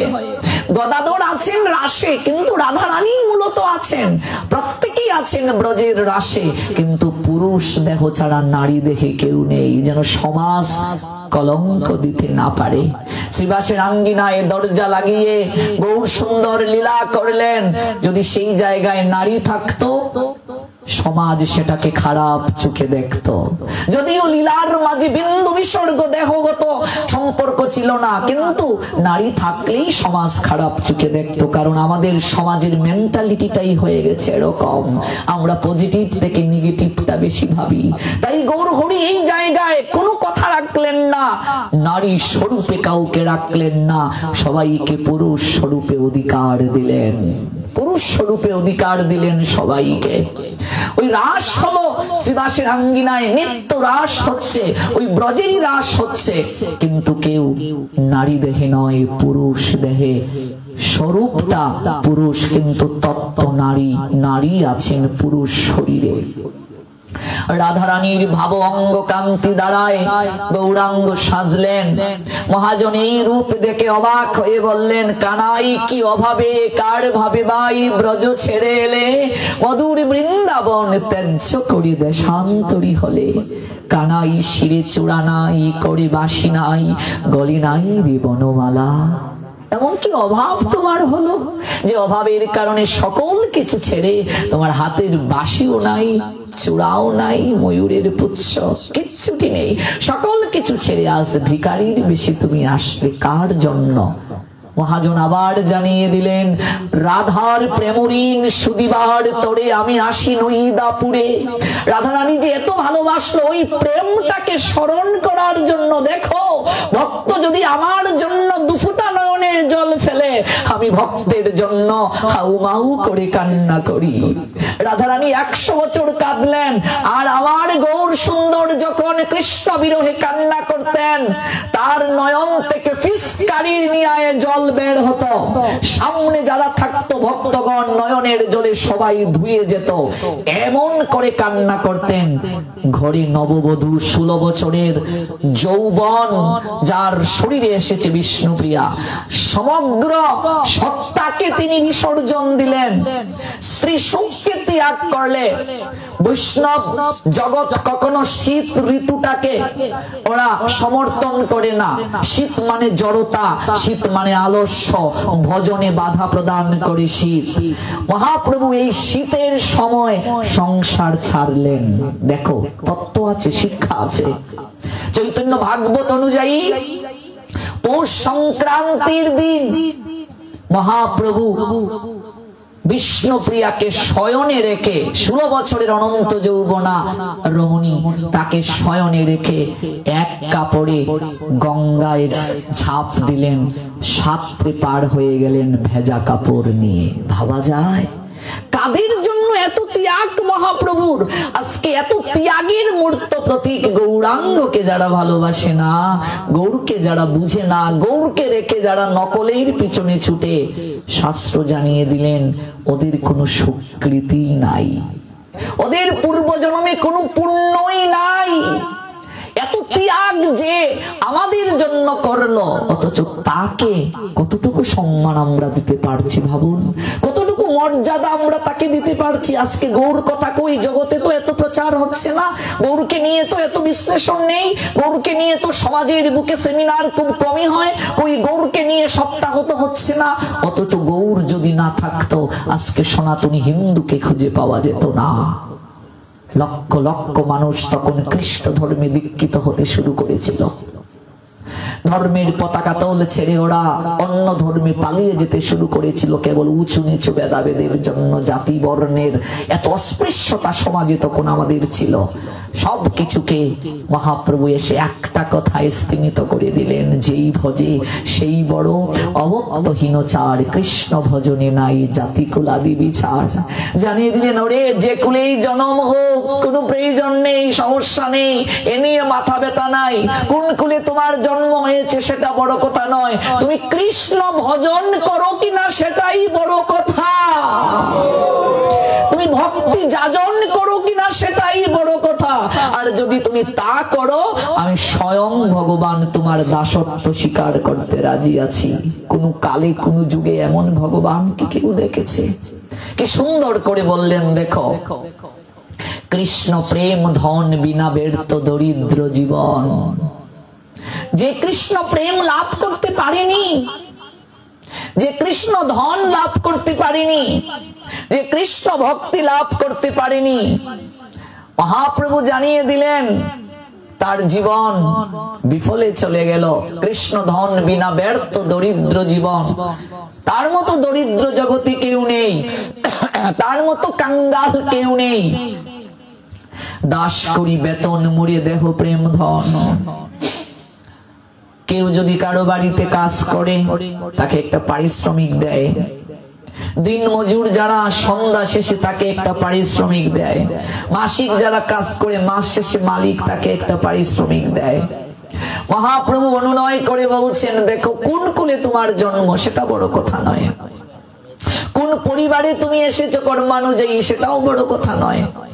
গৌরসুন্দর হাত জোর করে বললেন, তুমি কৃষ্ণ প্রেম কি লাভ করতে আর চেষ্টা করছো? কৃষ্ণ প্রেম লাভের কি প্রয়াস করছো?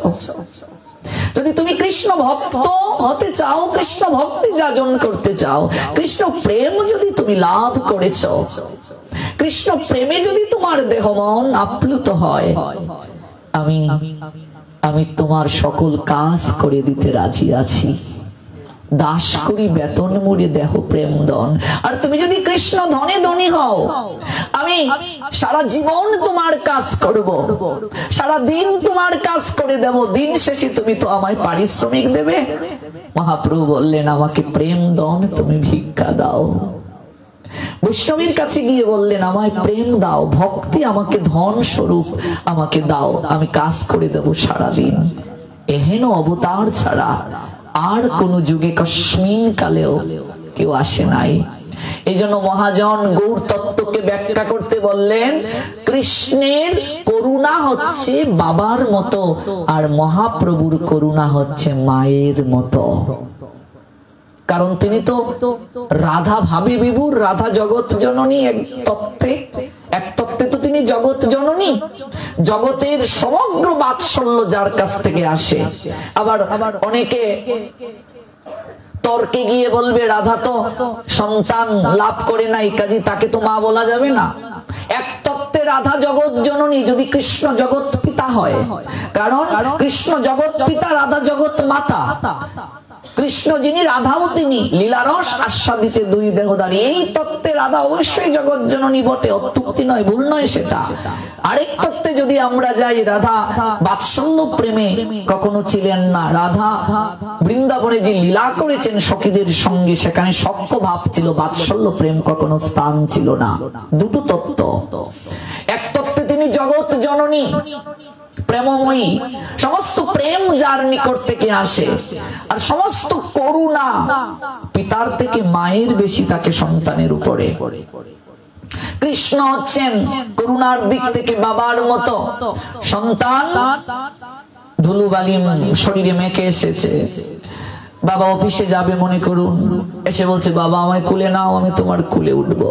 বাবা তখন বলবে, তোর মার কাছে যা, তোর মার কাছে ভালো করে ধুয়ে আয়, তারপর কুলে নেব। সন্তানকে মায়ের কাছে দেখিয়ে দিচ্ছে বাবা। মায়ের কাছে গিয়ে যদি কেঁদে সন্তান বলে আমায় কুলে নাও, মা কখনো বলে না যে আগে ধুলাবালি পরিষ্কার করে আয়, তারপর তোকে কুলে নেব। মা ধুলাবালি মাখানো অবস্থায় সন্তানকে কুলে তুলে নেয়। মায়ের যে করুণাটা সন্তানের প্রতি বাবার থেকেও বেশি, কৃষ্ণের করুণা ভক্তের প্রতি, তার সন্তানের প্রতি বাবার মতো, আর মহাপ্রভুর করুণাটা হচ্ছে মায়ের মতো। এই জন্য কৃষ্ণ থেকে মহাপ্রভু শ্রেষ্ঠ করুণার দিক থেকে, আর করুণার দিক থেকে এবং মমতার দিক থেকে বাবার থেকে শাস্ত্র বলছে মা শ্রেষ্ঠ সন্তানের জন্য।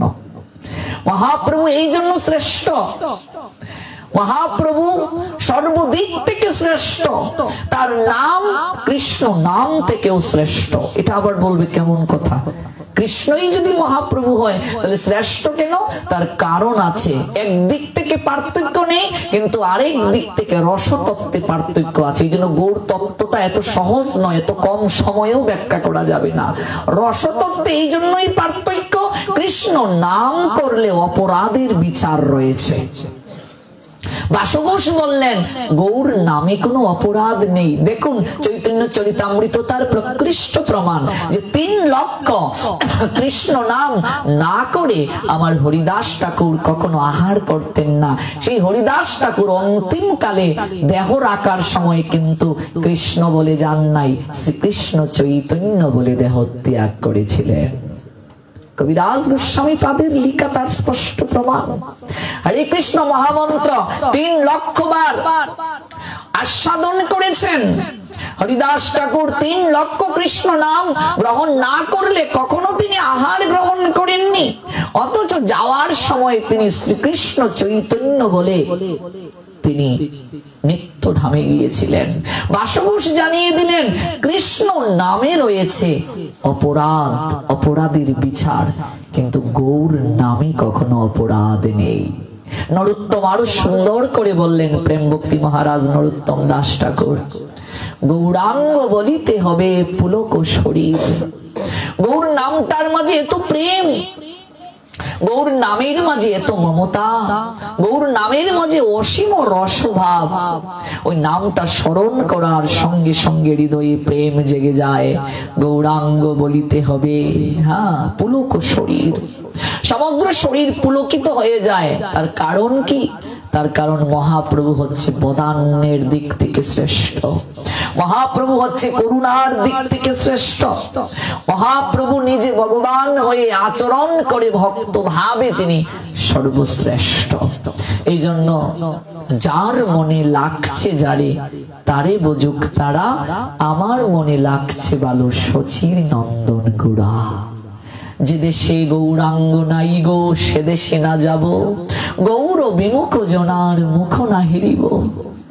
যে দেশে গৌরাঙ্গ নাই, যারা গৌরকে ভালোবাসে না, সে দেশে আমি যাব না। যে দেশে গৌর প্রেমিক নেই, গৌর ভক্ত, গৌরগত প্রাণকে চিনবে কি করে? ভালে দেবে গোপী চন্দন দূর করিতে ভবের বন্ধন, কণ্ঠে দেবে তুলসীর মালা দূর করিতে ভবের জ্বালা। তারাই গৌরের প্রাণ, গৌর ভক্ত। যাদের কণ্ঠে মালা দেখবে জড়িয়ে ধরবে, যাদের কপালে তিলক দেখবে জড়িয়ে ধরবে। আহা গো, তুমি আমার গৌরের জন, তুমি আমার গৌরের অন্তরঙ্গ জন, হ্যাঁ, কাছের জন। কোন পাত্র অপাত্র বিচার নেই মহাপ্রভুর লীলায়, কোন পাত্র অপাত্র বিচার নেই। একেবারে গরিব যারা, পতিত যারা, কাঙ্গাল যারা, তাদেরকে অগ্রে উদ্ধার করেছেন মহাপ্রভু। আমরা বলি আমার ভজন নাই, সাধন নাই, আমি পতিত, আমি পামর, আমি পাপী। এটা অন্যান্য যুগের ক্ষেত্রে প্রযোজ্য ছিল। সত্য ত্রেতা দাপর পাপী যারা, তাদেরকে এসে ভগবান আগে সংহার করেছেন। কিন্তু কলি যুগে মহাপ্রভু পুণ্য কর্মে যারা আসেন তাদের জন্য মূলত না। আজকে ভালো করে জেনে যান, কলি যুগে ভগবান পাপী যারা তাদের জন্য, পতিত যারা তাদের জন্য, কাঙ্গাল যারা তাদের জন্য, অধম যারা তাদের জন্য ভগবান। অন্যান্য যুগে পাপীর জন্য ভগবান ছিল না, কলি যুগে পাপীর জন্য ভগবান। তার প্রকৃষ্ট প্রমাণ জগাই মাদাইকে যখন নিত্যানন্দ প্রভু বললেন স্নান করে আসো গঙ্গায়, স্নান করে এসে তাম্র লিপিতে লিখে দাও, আমরা দুটি ভাই জগাই মাদাই আজ থেকে আমাদের সকল পাপ আমরা গৌর চরণে অর্পণ করলাম। আলিঙ্গন দিয়েছেন নিত্যানন্দ, ওদের মাঝে কি আর কুপ্রবৃত্তি থাকতে পারে? আলিঙ্গন দেওয়ার সঙ্গে সঙ্গেই তো প্রেম হয়ে গেল। আর পতিত পাবনী গঙ্গায় গিয়ে ডুব দিয়েছে, আর কিছু নেই। কাঁপতে কাঁপতে নয়ন জলে ভাসতে ভাসতে করজুড়ে বলল, এটা পারবো না প্রভু, এটা পারবো না। যে দয়াল এত পাপী পতিত যে তাকেও সংহার করলো না, সে সাধারণ কেউ নয়। তার চরণে সারা জীবনের পাপ বিসর্জন দেব, পাপ অঞ্জলি দেব। ভগবানের চরণে ভক্ত তো প্রেমাঞ্জলি দেয়, পুষ্পাঞ্জলি দেয়, আর আমরা আমাদের পাপঞ্জলি ভগবানের চরণে অর্পণ করব না। পারবো না প্রভু। নিতাই চাঁদকে করজুড়ে বলছে। সেদিন নিতাই একটা কথা বলেছিলেন জগাই মাদাইকে, হে জগাই মাদাই, এই যুগে যিনি এসেছেন ভগবান, তিনি পুণ্য কর্মের অধিকারী যারা তাদের ভগবান নয়। গৌর হরি এই যুগে পাপী যারা তাদের ভগবান, এই যুগে পতিত পাষণ্ডী যারা তাদের ভগবান। মহাপ্রভু কাঙ্গাল যারা তাদের ভগবান, পতিত যারা তাদের ভগবান, পাপী যারা তাদের ভগবান। দেখুন মহাজন বললেন, পতিত পাষণ্ডী প্রাণে না মারিল কারে, হরিনাম দিয়া হৃদয় সুদিল যাচি গিয়া ঘরে ঘরে। হেমন গৌরাঙ্গ বিনা নাহি আর হেন অবতার, হবে কি হয়েছে হেন প্রেম পরচার। দূরমতি অতি পতিত পাষণ্ডী প্রাণে না মারিল কারে, হরিনাম দিয়া হৃদয় সুদিল যাচি গিয়া ঘরে ঘরে। এ যুগের ভগবান পতিত পাপী যারা তাদের ভগবান। তাম্র লিপিতে লিখে দাও, আমরা দুটি ভাই জগাই মাদাই আমাদের জীবনের সকল পাপ আজ গৌর চরণে অর্পণ করলাম। অন্তরাত্মা কেঁপে উঠল জগাই মাদাইয়ের। কাঁদতে কাঁদতে চরণে জড়িয়ে ধরে মুখ দিয়ে উচ্চারণ করলো, হে কাঙ্গালের ঠাকুর, আজ সকল কিছু ছেড়ে কাঙ্গাল হয়ে তোমার চরণে সমর্পণ দেহ মন প্রাণ দিয়েছি। আমরা দুটি ভাই সারা জীবন যত অপকর্ম করেছি, পাপ করেছি, আজ থেকে তোমার চরণে আমরা সঁপে দিলাম, তুমি কৃপা করে গ্রহণ করো। সোনার বরণ গৌর হরি তপ্ত কাঞ্চনের ন্যায় যার গায়ের বরণ দেখিয়ে দিলেন, মুহূর্তের মাঝে সকল পাপকে তিনি শরীরে গ্রহণ করলেন। গ্রহণ করে জড়িয়ে ধরে বললেন, ওরে জগাই, আজ থেকে তোর নাম হলো জগন্নাথ। ওরে মাধাই, আজ থেকে তোর নাম হলো মাধব। লক্ষ নাম জপ করবে, ভবের ঘাটে আমি মাঝি হব। যত পাপ করেছি সব পাপ আমায় দে, আমি সব নিতে রাজি আছি। শুধু একটি বার দুটি হাত তুলে প্রাণ ভরে বল, বদন ভরে বল, হরি বল। কতটা কাঙ্গালের ভগবান, কতটা পতিতের ভগবান ভেবে দেখো। সব পাপ নিতে আমি রাজি আছি, সকল পাপ নিতে আমি রাজি আছি। কেবল প্রাণ ভরে বদন ভরে একবার মুখে বল, হরি বল। জগাই মাদাই হয়ে গেল জগন্নাথ আর মাধব। এই জন্যই নরোত্তম বলছেন, হে কলিহত জীব, ওই গৌরাঙ্গের দুটি পদ যার ধন সম্পদ, সে জানে ভক্তি রস সার। ভক্তি কোথায় আছে? ওই গৌরাঙ্গের দুটি চরণে। আর ওই গৌরাঙ্গের দুটি চরণ ধরার পূর্বে গৌরাঙ্গের অনুগত যারা, ওই ভক্তের চরণ আগে ধরো, দেখবে গৌরাঙ্গের চরণ আপনা থেকেই তুমি পেয়ে যাবে। ব্রজের ভজন ছিল কি কান্দে চড়াচড়ি, আর নদীয়ার ভজন নাম সংকীর্তন ধুলায় গোড়াগড়ি। গৌরাঙ্গের দুটি চরণে ভক্তি নিহিত, প্রেম নিহিত। ওই প্রেম পেতে গেলে গৌর অনুগত যারা আগে, তাদের চরণ ধরো, দেখবে প্রেম ভক্তি তোমার অভাব হবে না। গৌরাঙ্গের দুটি পদ, যার ধন সম্পদ সে জানে ভকতি রস সার। গৌরাঙ্গের মধুর লীলা, যার কর্ণে প্রবেশিলা হৃদয় নির্মল ভেল তার।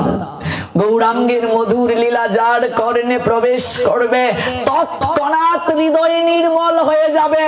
এমনকি নরোত্তম বললেন, কৃষ্ণ লীলার থেকেও গৌর লীলা হৃদয়কে সবার পূর্বে নির্মল করে দেয়।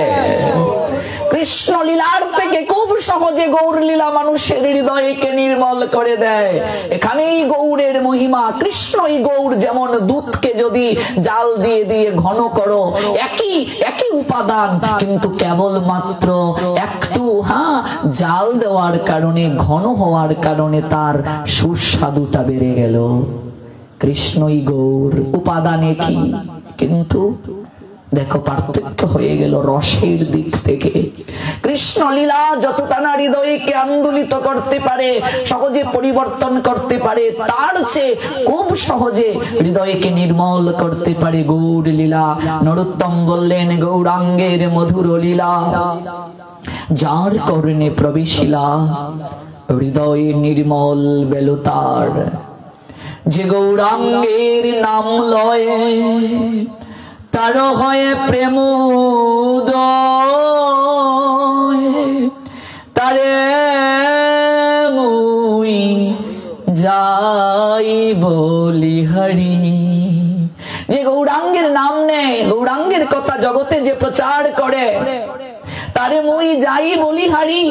নরোত্তম বললেন, আহারে সে যে কতটা ঊর্ধ্বের জন, সে যে কতটা রাধা মাধবের কাছের জন, সে কতটা যে গৌর অনুগত, তারে মুই যাই বলি হারি। কোন কথা দিয়ে তার ব্যাখ্যা সম্ভব নয়, শুধু একটা কথা, বলি হারি। বলি হারি শুধু উচ্চারণ করলেন, আর কিছু নরোত্তম বলতে পারলেন না। প্রেম ভক্তি মহারাজ বলেন, তারে মুই যাই বলি হারি। যে গৌরাঙ্গের নাম লয় তার হয় প্রেমোদয়। প্রেম আপনা থেকে হৃদয়ে জেগে যাবে যদি গৌরাঙ্গের নাম নাও। আমার ব্যক্তিক জীবনের একটা অভিজ্ঞতা আপনাদেরকে বলি। আমি নাম প্রকাশ করছি না। আমাকে একজন ভক্ত বলেছিলেন, গভীর রাত্রে তুমি চৈতন্য চরিতামৃতটা এক অধ্যায় করে পড়িও, চৈতন্য ভাগবতটা পড়িও। আমি 7 মাস একটা বিশেষ কারণে শুধু গ্রন্থ পড়েছিলাম। রাত 1টা-2টায় চৈতন্য চরিতামৃত যখন পড়তাম, অটোমেটিক চোখ বেয়ে জল ঝরতো। কতটা যে মধুরতা রয়েছে আপনি নিজে চেষ্টা করে দেখুন। গভীর রাত্রে চৈতন্য চরিতামৃত একা একা পড়ে আপনি এক অন্য জগতের হয়ে যাবেন, একটা অন্যরকম মানুষ হয়ে যাবেন। এই 7 মাস পরে আমি কতটা যে এই ভক্তির উচ্চ কাষ্টে চলে গিয়েছিলাম, মহাপ্রভু ছাড়া আর কেউ বলতে পারবে না। এটা আমার ব্যক্তিক জীবনের অভিজ্ঞতা। নরোত্তম দাস ঠাকুর সাধারণ কেউ নয়, যিনি স্বয়ং প্রেম ভক্তি মহারাজ, যিনি নিত্যানন্দের অনন্য কলেবর, অভিন্ন দেহ নিত্যানন্দের। তিনি বললেন, যে গৌরাঙ্গের নাম লয় তার হয় প্রেমোদয়। গৌরাঙ্গের নামটি নেওয়ার সঙ্গে সঙ্গে হৃদয়ে প্রেম জাগ্রত হয়ে যায়। তার কারণ কি? তার কারণ হচ্ছে গৌরাঙ্গের ভাবটাই হচ্ছে রাধা ভাব। রাধা ভাব যতদিন না আসবে, হৃদয়ে সুখ না থাকবে, কথাবার্তায় শুষ্কতা, ভজনে শুষ্কতা, হৃদয়ে প্রেম লাভ হবে না। যে গৌরাঙ্গের নাম লয় তার হয় প্রেমোদয়, তারে মুই যাই বলি হরি। প্রেম ভক্তি মহারাজ আর কোন শব্দ পেলেন না, একটা শব্দ দিয়ে বুঝিয়ে দিলেন, বলি হারি। গৌরাঙ্গের নাম যে নিচ্ছে তাকে কোন বিশেষণে আমি বিশেষায়িত করব? কোন শব্দ খুঁজে পাচ্ছি না অভিধানে। একটা শব্দ, বলি হারি। আর কোন শব্দ নেই আমার কাছে। গৌরাঙ্গ গুণেতে জুড়ে নিত্য লীলা তারে স্ফুরে সেজন ভকতি অধিকারী। একমাত্র ভক্তি মার্গে অধিকারী কারা? গৌরাঙ্গের গুণ এবং নিত্য লীলা যার বদনে স্ফুরে, হৃদয়ে যার আবির্ভূত হয়েছে, ভাবিত হয়েছে, ভক্তি কেবল সে উপলব্ধি করতে পেরেছে, আর কারো দ্বারা ভক্তি উপলব্ধি হয় নাই। নিত্য লীলা তারে স্ফুরে সেজন ভকতি অধিকারী। আরেকটা কথা কলিহত জীব সংসারী জীবদেরকে বললেন নরোত্তম দাস ঠাকুর, শুনো হে কলিহত সংসারী জীব, যদি গৌর অনুগত প্রাণ কাউকে পাও, যদি গৌর ভক্ত কাউকে পাও, গৌরাঙ্গকে যে জীবনের সার করে নিয়েছে এমন যদি কাউকে পাও, কস্মিন কালেও তুমি তার সঙ্গ ছাড়িও না। নরোত্তম বললেন, গৌরাঙ্গের সঙ্গীগণে নিত্য সিদ্ধি করি মানে সে যায় অবশ্যই ব্রজেন্দ্র সুতপাস। গৌরাঙ্গের কোন ভক্তের সঙ্গে যদি তোমার দেখা হয়, এরকম যদি তোমার সৌভাগ্য হয়ে যায়, গৌর অনুগত প্রাণ কেউ যদি তোমার জীবনে এসে যায়, কস্মিন কালেও তুমি তাকে ছাড়িও না, তাহলে তোমার জীবনের মহামূল্যবান জিনিস তুমি পেয়েও হারিয়ে গেলে। কি চমৎকার! প্রেম ভক্তি চন্ডিকা না পড়লে এগুলো উপলব্ধি হবে না। প্রেম ভক্তি চন্ডিকাটা এত মধুর একটা গ্রন্থ। গৌরাঙ্গের সঙ্গী গণে নিত্য সিদ্ধি করি মানে সে যায় ব্রজেন্দ্র সুত পাশ। আর মনে রাখবে, গৌর মন্ডল ভূমি যেটা, মহাপ্রভুর পার্শ্বদরা যে জায়গায় জন্ম নিয়েছেন, সেটা সাধারণ কোন ধাম, সাধারণ কোনো কিছু ভাববে না। শ্রী গৌর মন্ডল ভূমি যেবা জানি চিন্তামণি, তার হবে ব্রজভূমি বাস।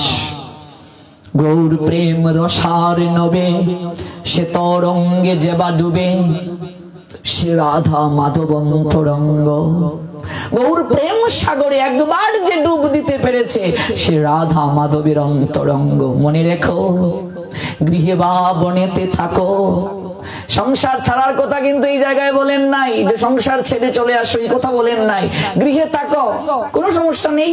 বনে থাকো, বন মানে এখানে ত্যাগ বোঝানো হয়েছে। সংসার ছেড়ে ত্যাগী হয়ে গেছো, যেখানেই থাকো, হা গৌরাঙ্গ বলে ডাকো। গৃহে বা বনেতে থাকো, হা গৌরাঙ্গ বলে ডাকো।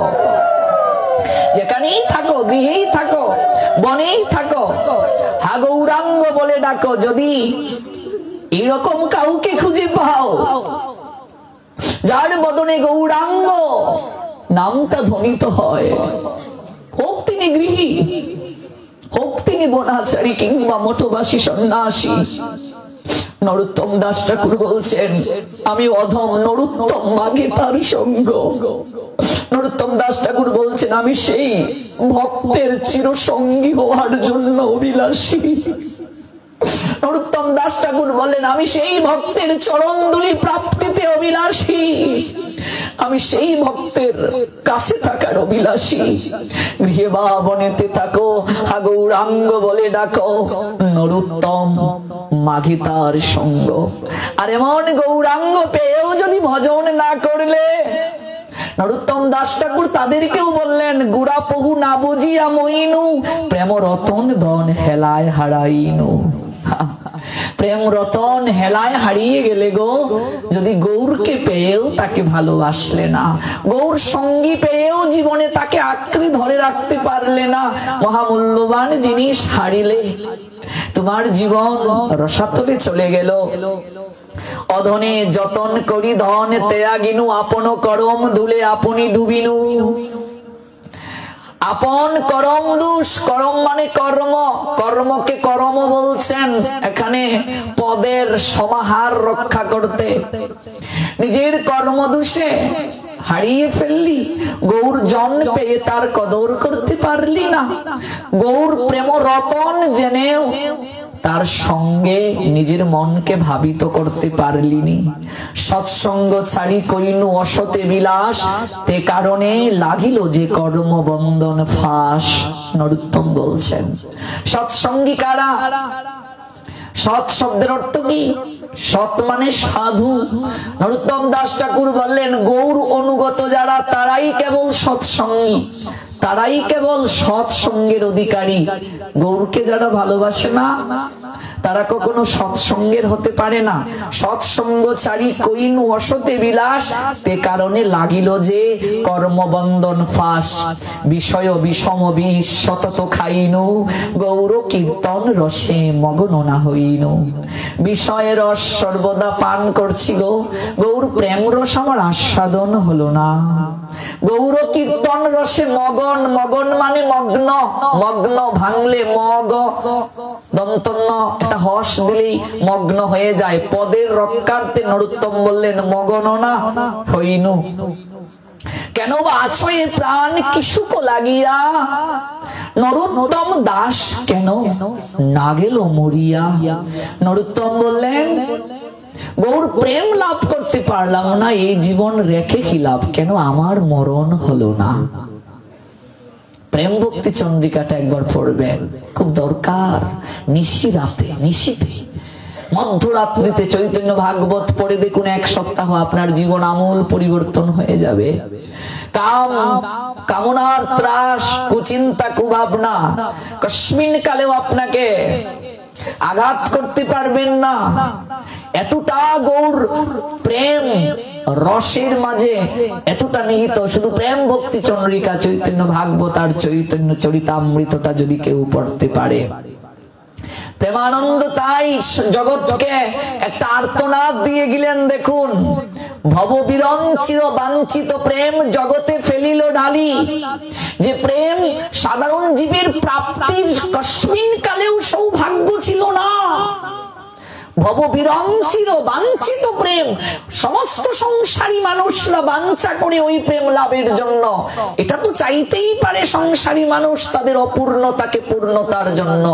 স্বয়ং লক্ষ্মী পর্যন্ত যে প্রেম অভিলাষী, দেবর্ষি নারদ পর্যন্ত যে প্রেম অভিলাষী, সমস্ত দেবতারা পর্যন্ত যে প্রেম অভিলাষী, সেই বাঞ্ছিত প্রেম জগতে এনে ঢেলে দিলেন গৌরাঙ্গ। প্রেমানন্দ বলছেন কে পাবে ওই প্রেম, কাঙ্গালে পাইয়ে খাইল না ছিয়ে, হাতে দিয়া করতালি। কাঙ্গাল যারা, সেই প্রেম তারাই আস্বাদন করতে পারবে যারা হাতে তালি দিয়ে কীর্তন করবে। কাঙ্গালে পাইয়ে খাইল না ছিয়ে, হাতে দিয়া করতালি। ওগো হাসিয়ে কাঁদিয়ে প্রেমে গড়া গড়ি। গৌর ভক্ত যারা দেখো তারা কেমন, হাসিয়ে কাঁদিয়ে, কখনো হাসবে আবার কখনো কাঁদবে। হাসিয়ে কাঁদিয়ে প্রেমে গড়া গড়ি, পুলকে বেপিল অঙ্গ। চন্ডালে ব্রাহ্মণে করে কুলাকুলি, কবে বাছিল এমন রঙ্গ। রঙ্গ মানে তামাশা, আনন্দ। এই আনন্দ কি আর কোথাও ছিল? গৌরাঙ্গ আসার আগে চন্ডাল ব্রাহ্মণ এক কাতারে বসবে, এক জায়গায় বসে প্রসাদ পাওয়া, এক জায়গায় বসে হরিকথা শোনা, একে অপরকে গলাগলি করা, জড়িয়ে ধরা। মহাপ্রভু আসার আগে ছিল না। হাসিয়ে কাঁদিয়ে প্রেমে গড়া গড়ি, পুলকে বেপিল অঙ্গ। ওগো চন্ডালে ব্রাহ্মণে করে কুলাকুলি, কবে বাছিল এমন রঙ্গ। ডাকিয়ে হাকিয়ে খুলো করো তালে, ডাকিয়ে ডাকবে একজনকে, নিজে হাকিয়ে নিজে গাইবে, ডাকিয়ে হাকিয়ে খুলো করো তালে, ধাইয়ে গাইয়ে ফিরে। ওগো দেখিয়া সমন তোরা সো পাইয়ে, কপাট হানি বেদারে। একজনকে ডাকবে, ওগো আসো একটু হরি নাম করে নাচি। নিজে নাচবে, অন্যকে নাচাবে, নিজে গাইবে, অন্যকে শোনাবে, খুল বাজাবে, করতাল বাজাবে, আর হরি বল বলবে। ডাকিয়ে হাকিয়ে খুলো করো তালে, গাইয়ে গাইয়ে ফিরে দেখিয়া সমন তরাস পাইয়ে। তরাস মানে ত্রাস, ত্রাস মানে কি ভয়। সমন যে সকল কিছুর হিসাব রাখছে, তার দূত।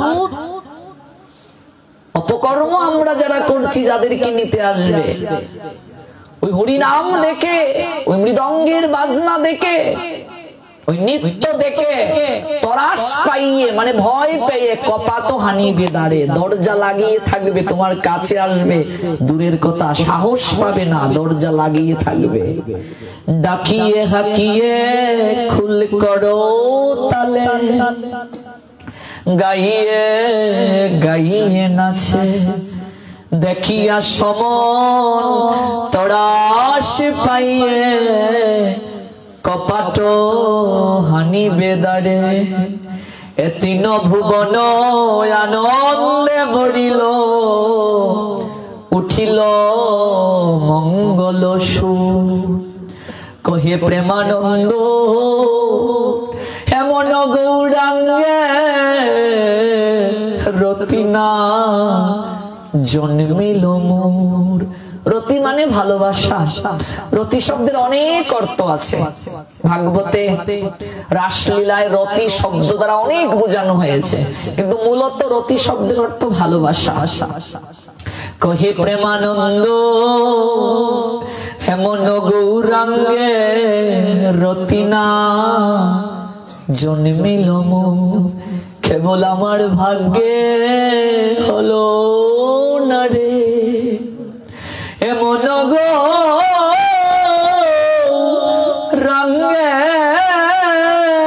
অনুরাগ,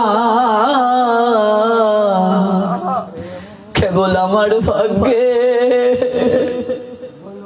হলো না রে। হে তিন ভুবন আনন্দে ভরিল, উঠিল মঙ্গল সুর। প্রেমানন্দ আক্ষেপ করে বলছেন, ওরে তিন ভুবন গৌরাঙ্গ প্রেম ভাবে বিভোর হলো, আর আমি সংসারের বিষয়ে জ্বালায় ডুবে এক রতিও গৌরাঙ্গের প্রতি অনুরাগ জাগাতে পারলাম না। কহে প্রেমানন্দ এমন গৌরাঙ্গে রতি না জন্মিল মোর, কেবল আমার ভাগ্যে হলো না রে এমন গৌরাঙ্গে অনুরাগ, কেবল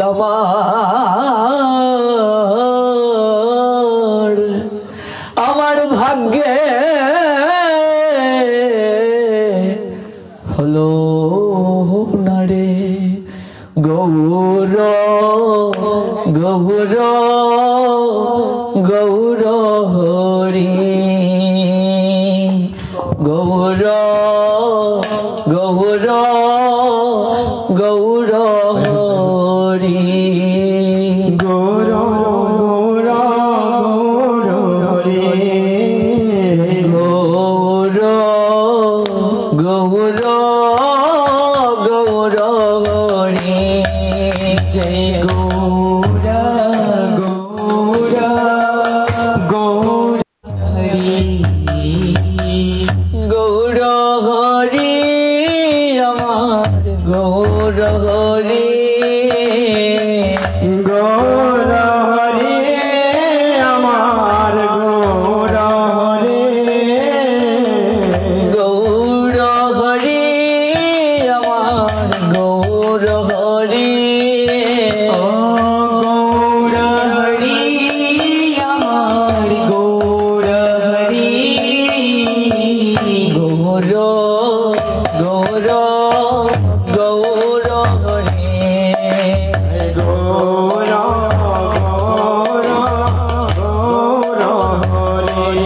ও গৌর হরি আমার গৌর হরি গৌর হরি আমার গৌর হরি গৌর গৌর গৌর হরি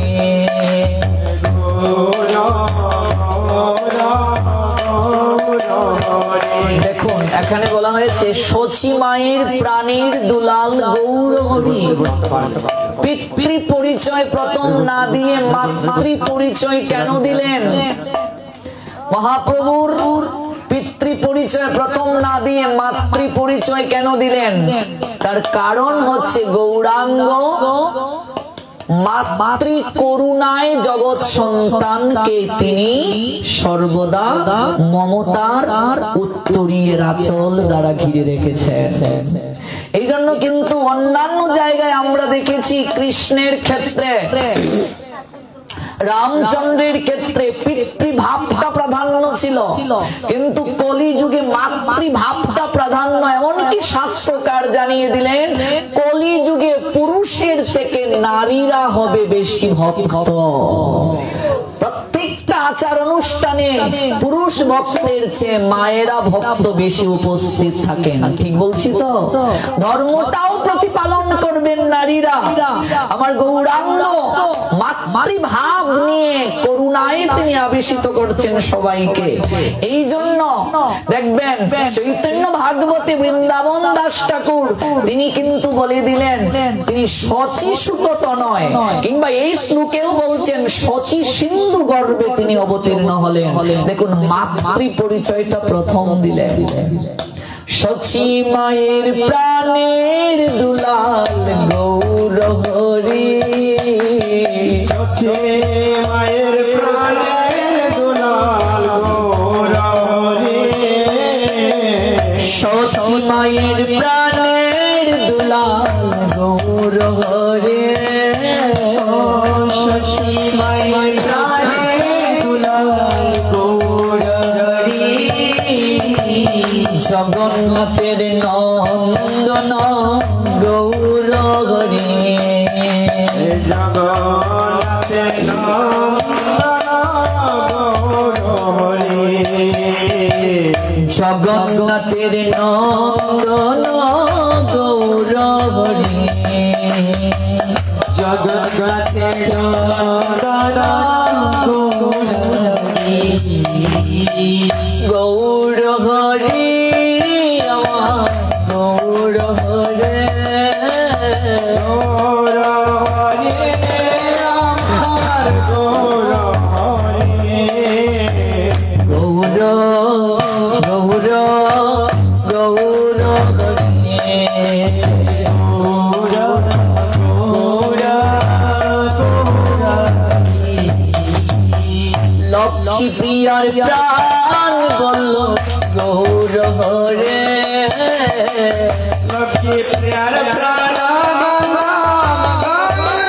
হরি, লক্ষ্মী প্রিয়ার প্রাণ বলল গৌর হরে, লক্ষ্মী প্রিয়ার প্রাণ গৌর হরি, গৌর গৌর গৌর হরে, গৌর গৌর গৌর হরি, বিষ্ণু প্রিয়ার প্রাণনাথ গৌর হরে, বিষ্ণু প্রিয়ার প্রাণ গৌর হরি, বিষ্ণু প্রিয়ার প্রাণনাথ গৌর হরে, বিষ্ণু প্রিয়ার প্রাণ গৌর হরি, গৌর গৌর গৌর হরে, গৌর গৌর গৌর হরি, গৌর গৌর গৌর হরে, গৌর গৌর গৌর হরি, গদাধরের প্রাণ বদুয়া গৌর হরে,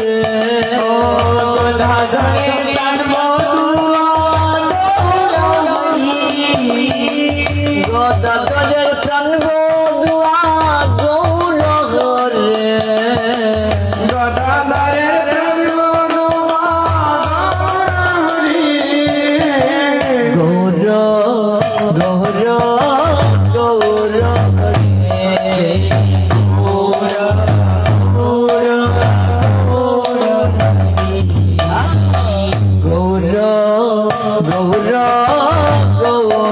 হরে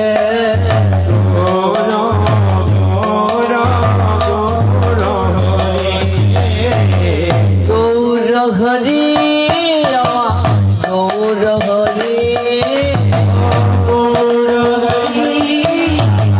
গৌর হরি গৌর গৌর গৌর হরি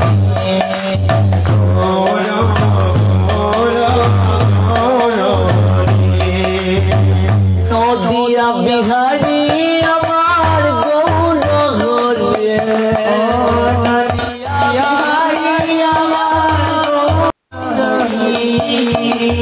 নদিয়া বিহারি আমার গৌর হরে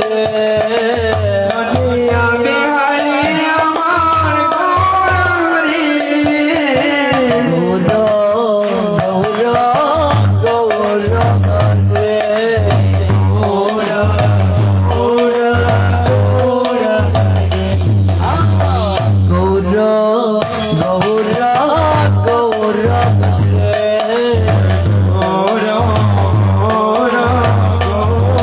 হরে ভক্তগণের নয়ন মণি গৌর হরে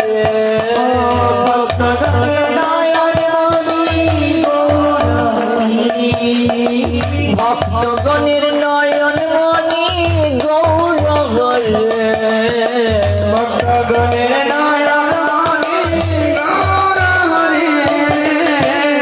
গৌর গৌর গৌর গৌর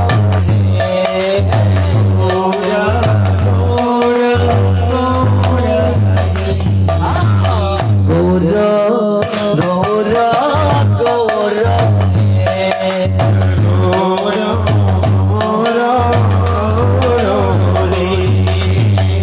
গৌর আমাদের আমাদের আমাদের প্রাণ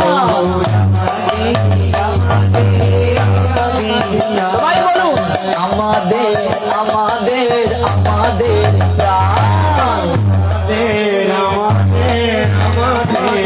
ও গৌর আমাদের আমাদের আমাদের প্রাণ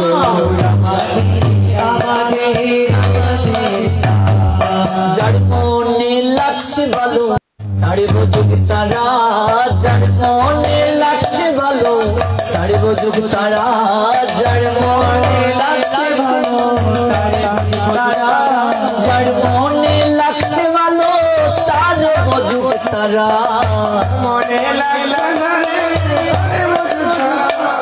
আমার মনে লাগছে ভালো সচি নন্দনে গোড়া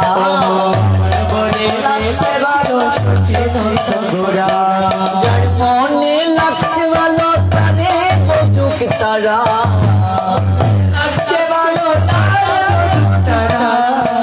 আমার মনে লাগছে ভালো সচি নন্দনে গোড়া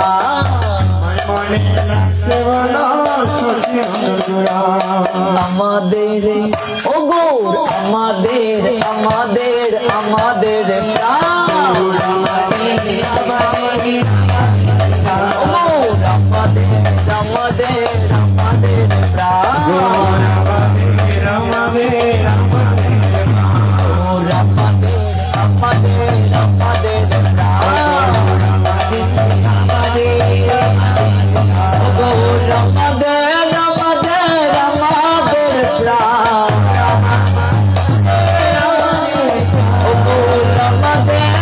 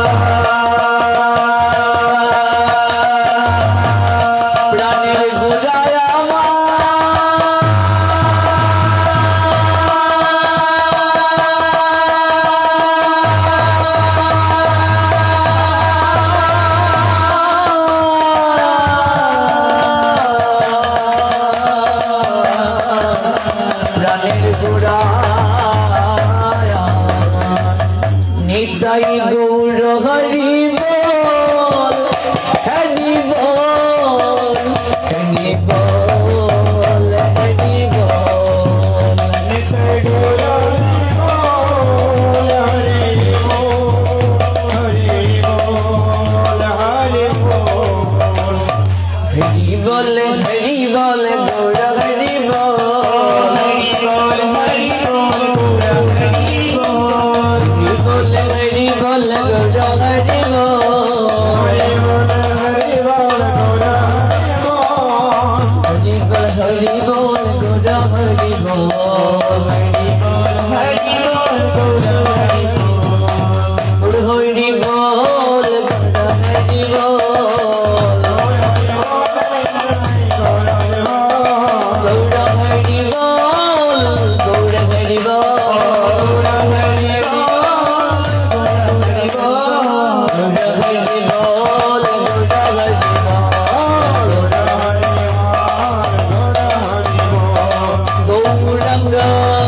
হরি বল, গৌর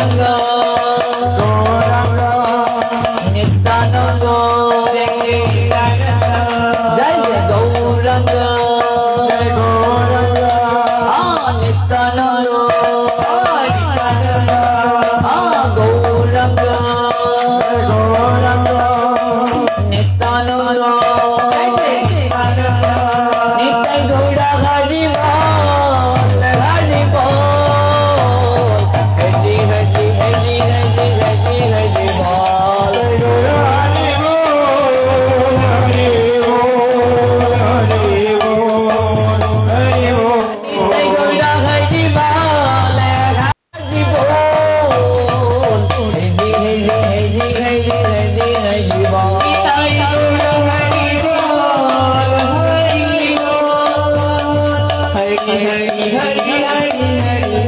গৌরী প্রেমানন্দে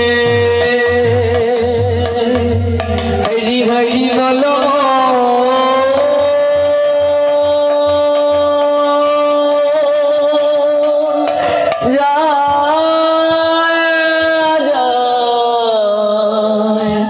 শ্রী রাধেশ্বর।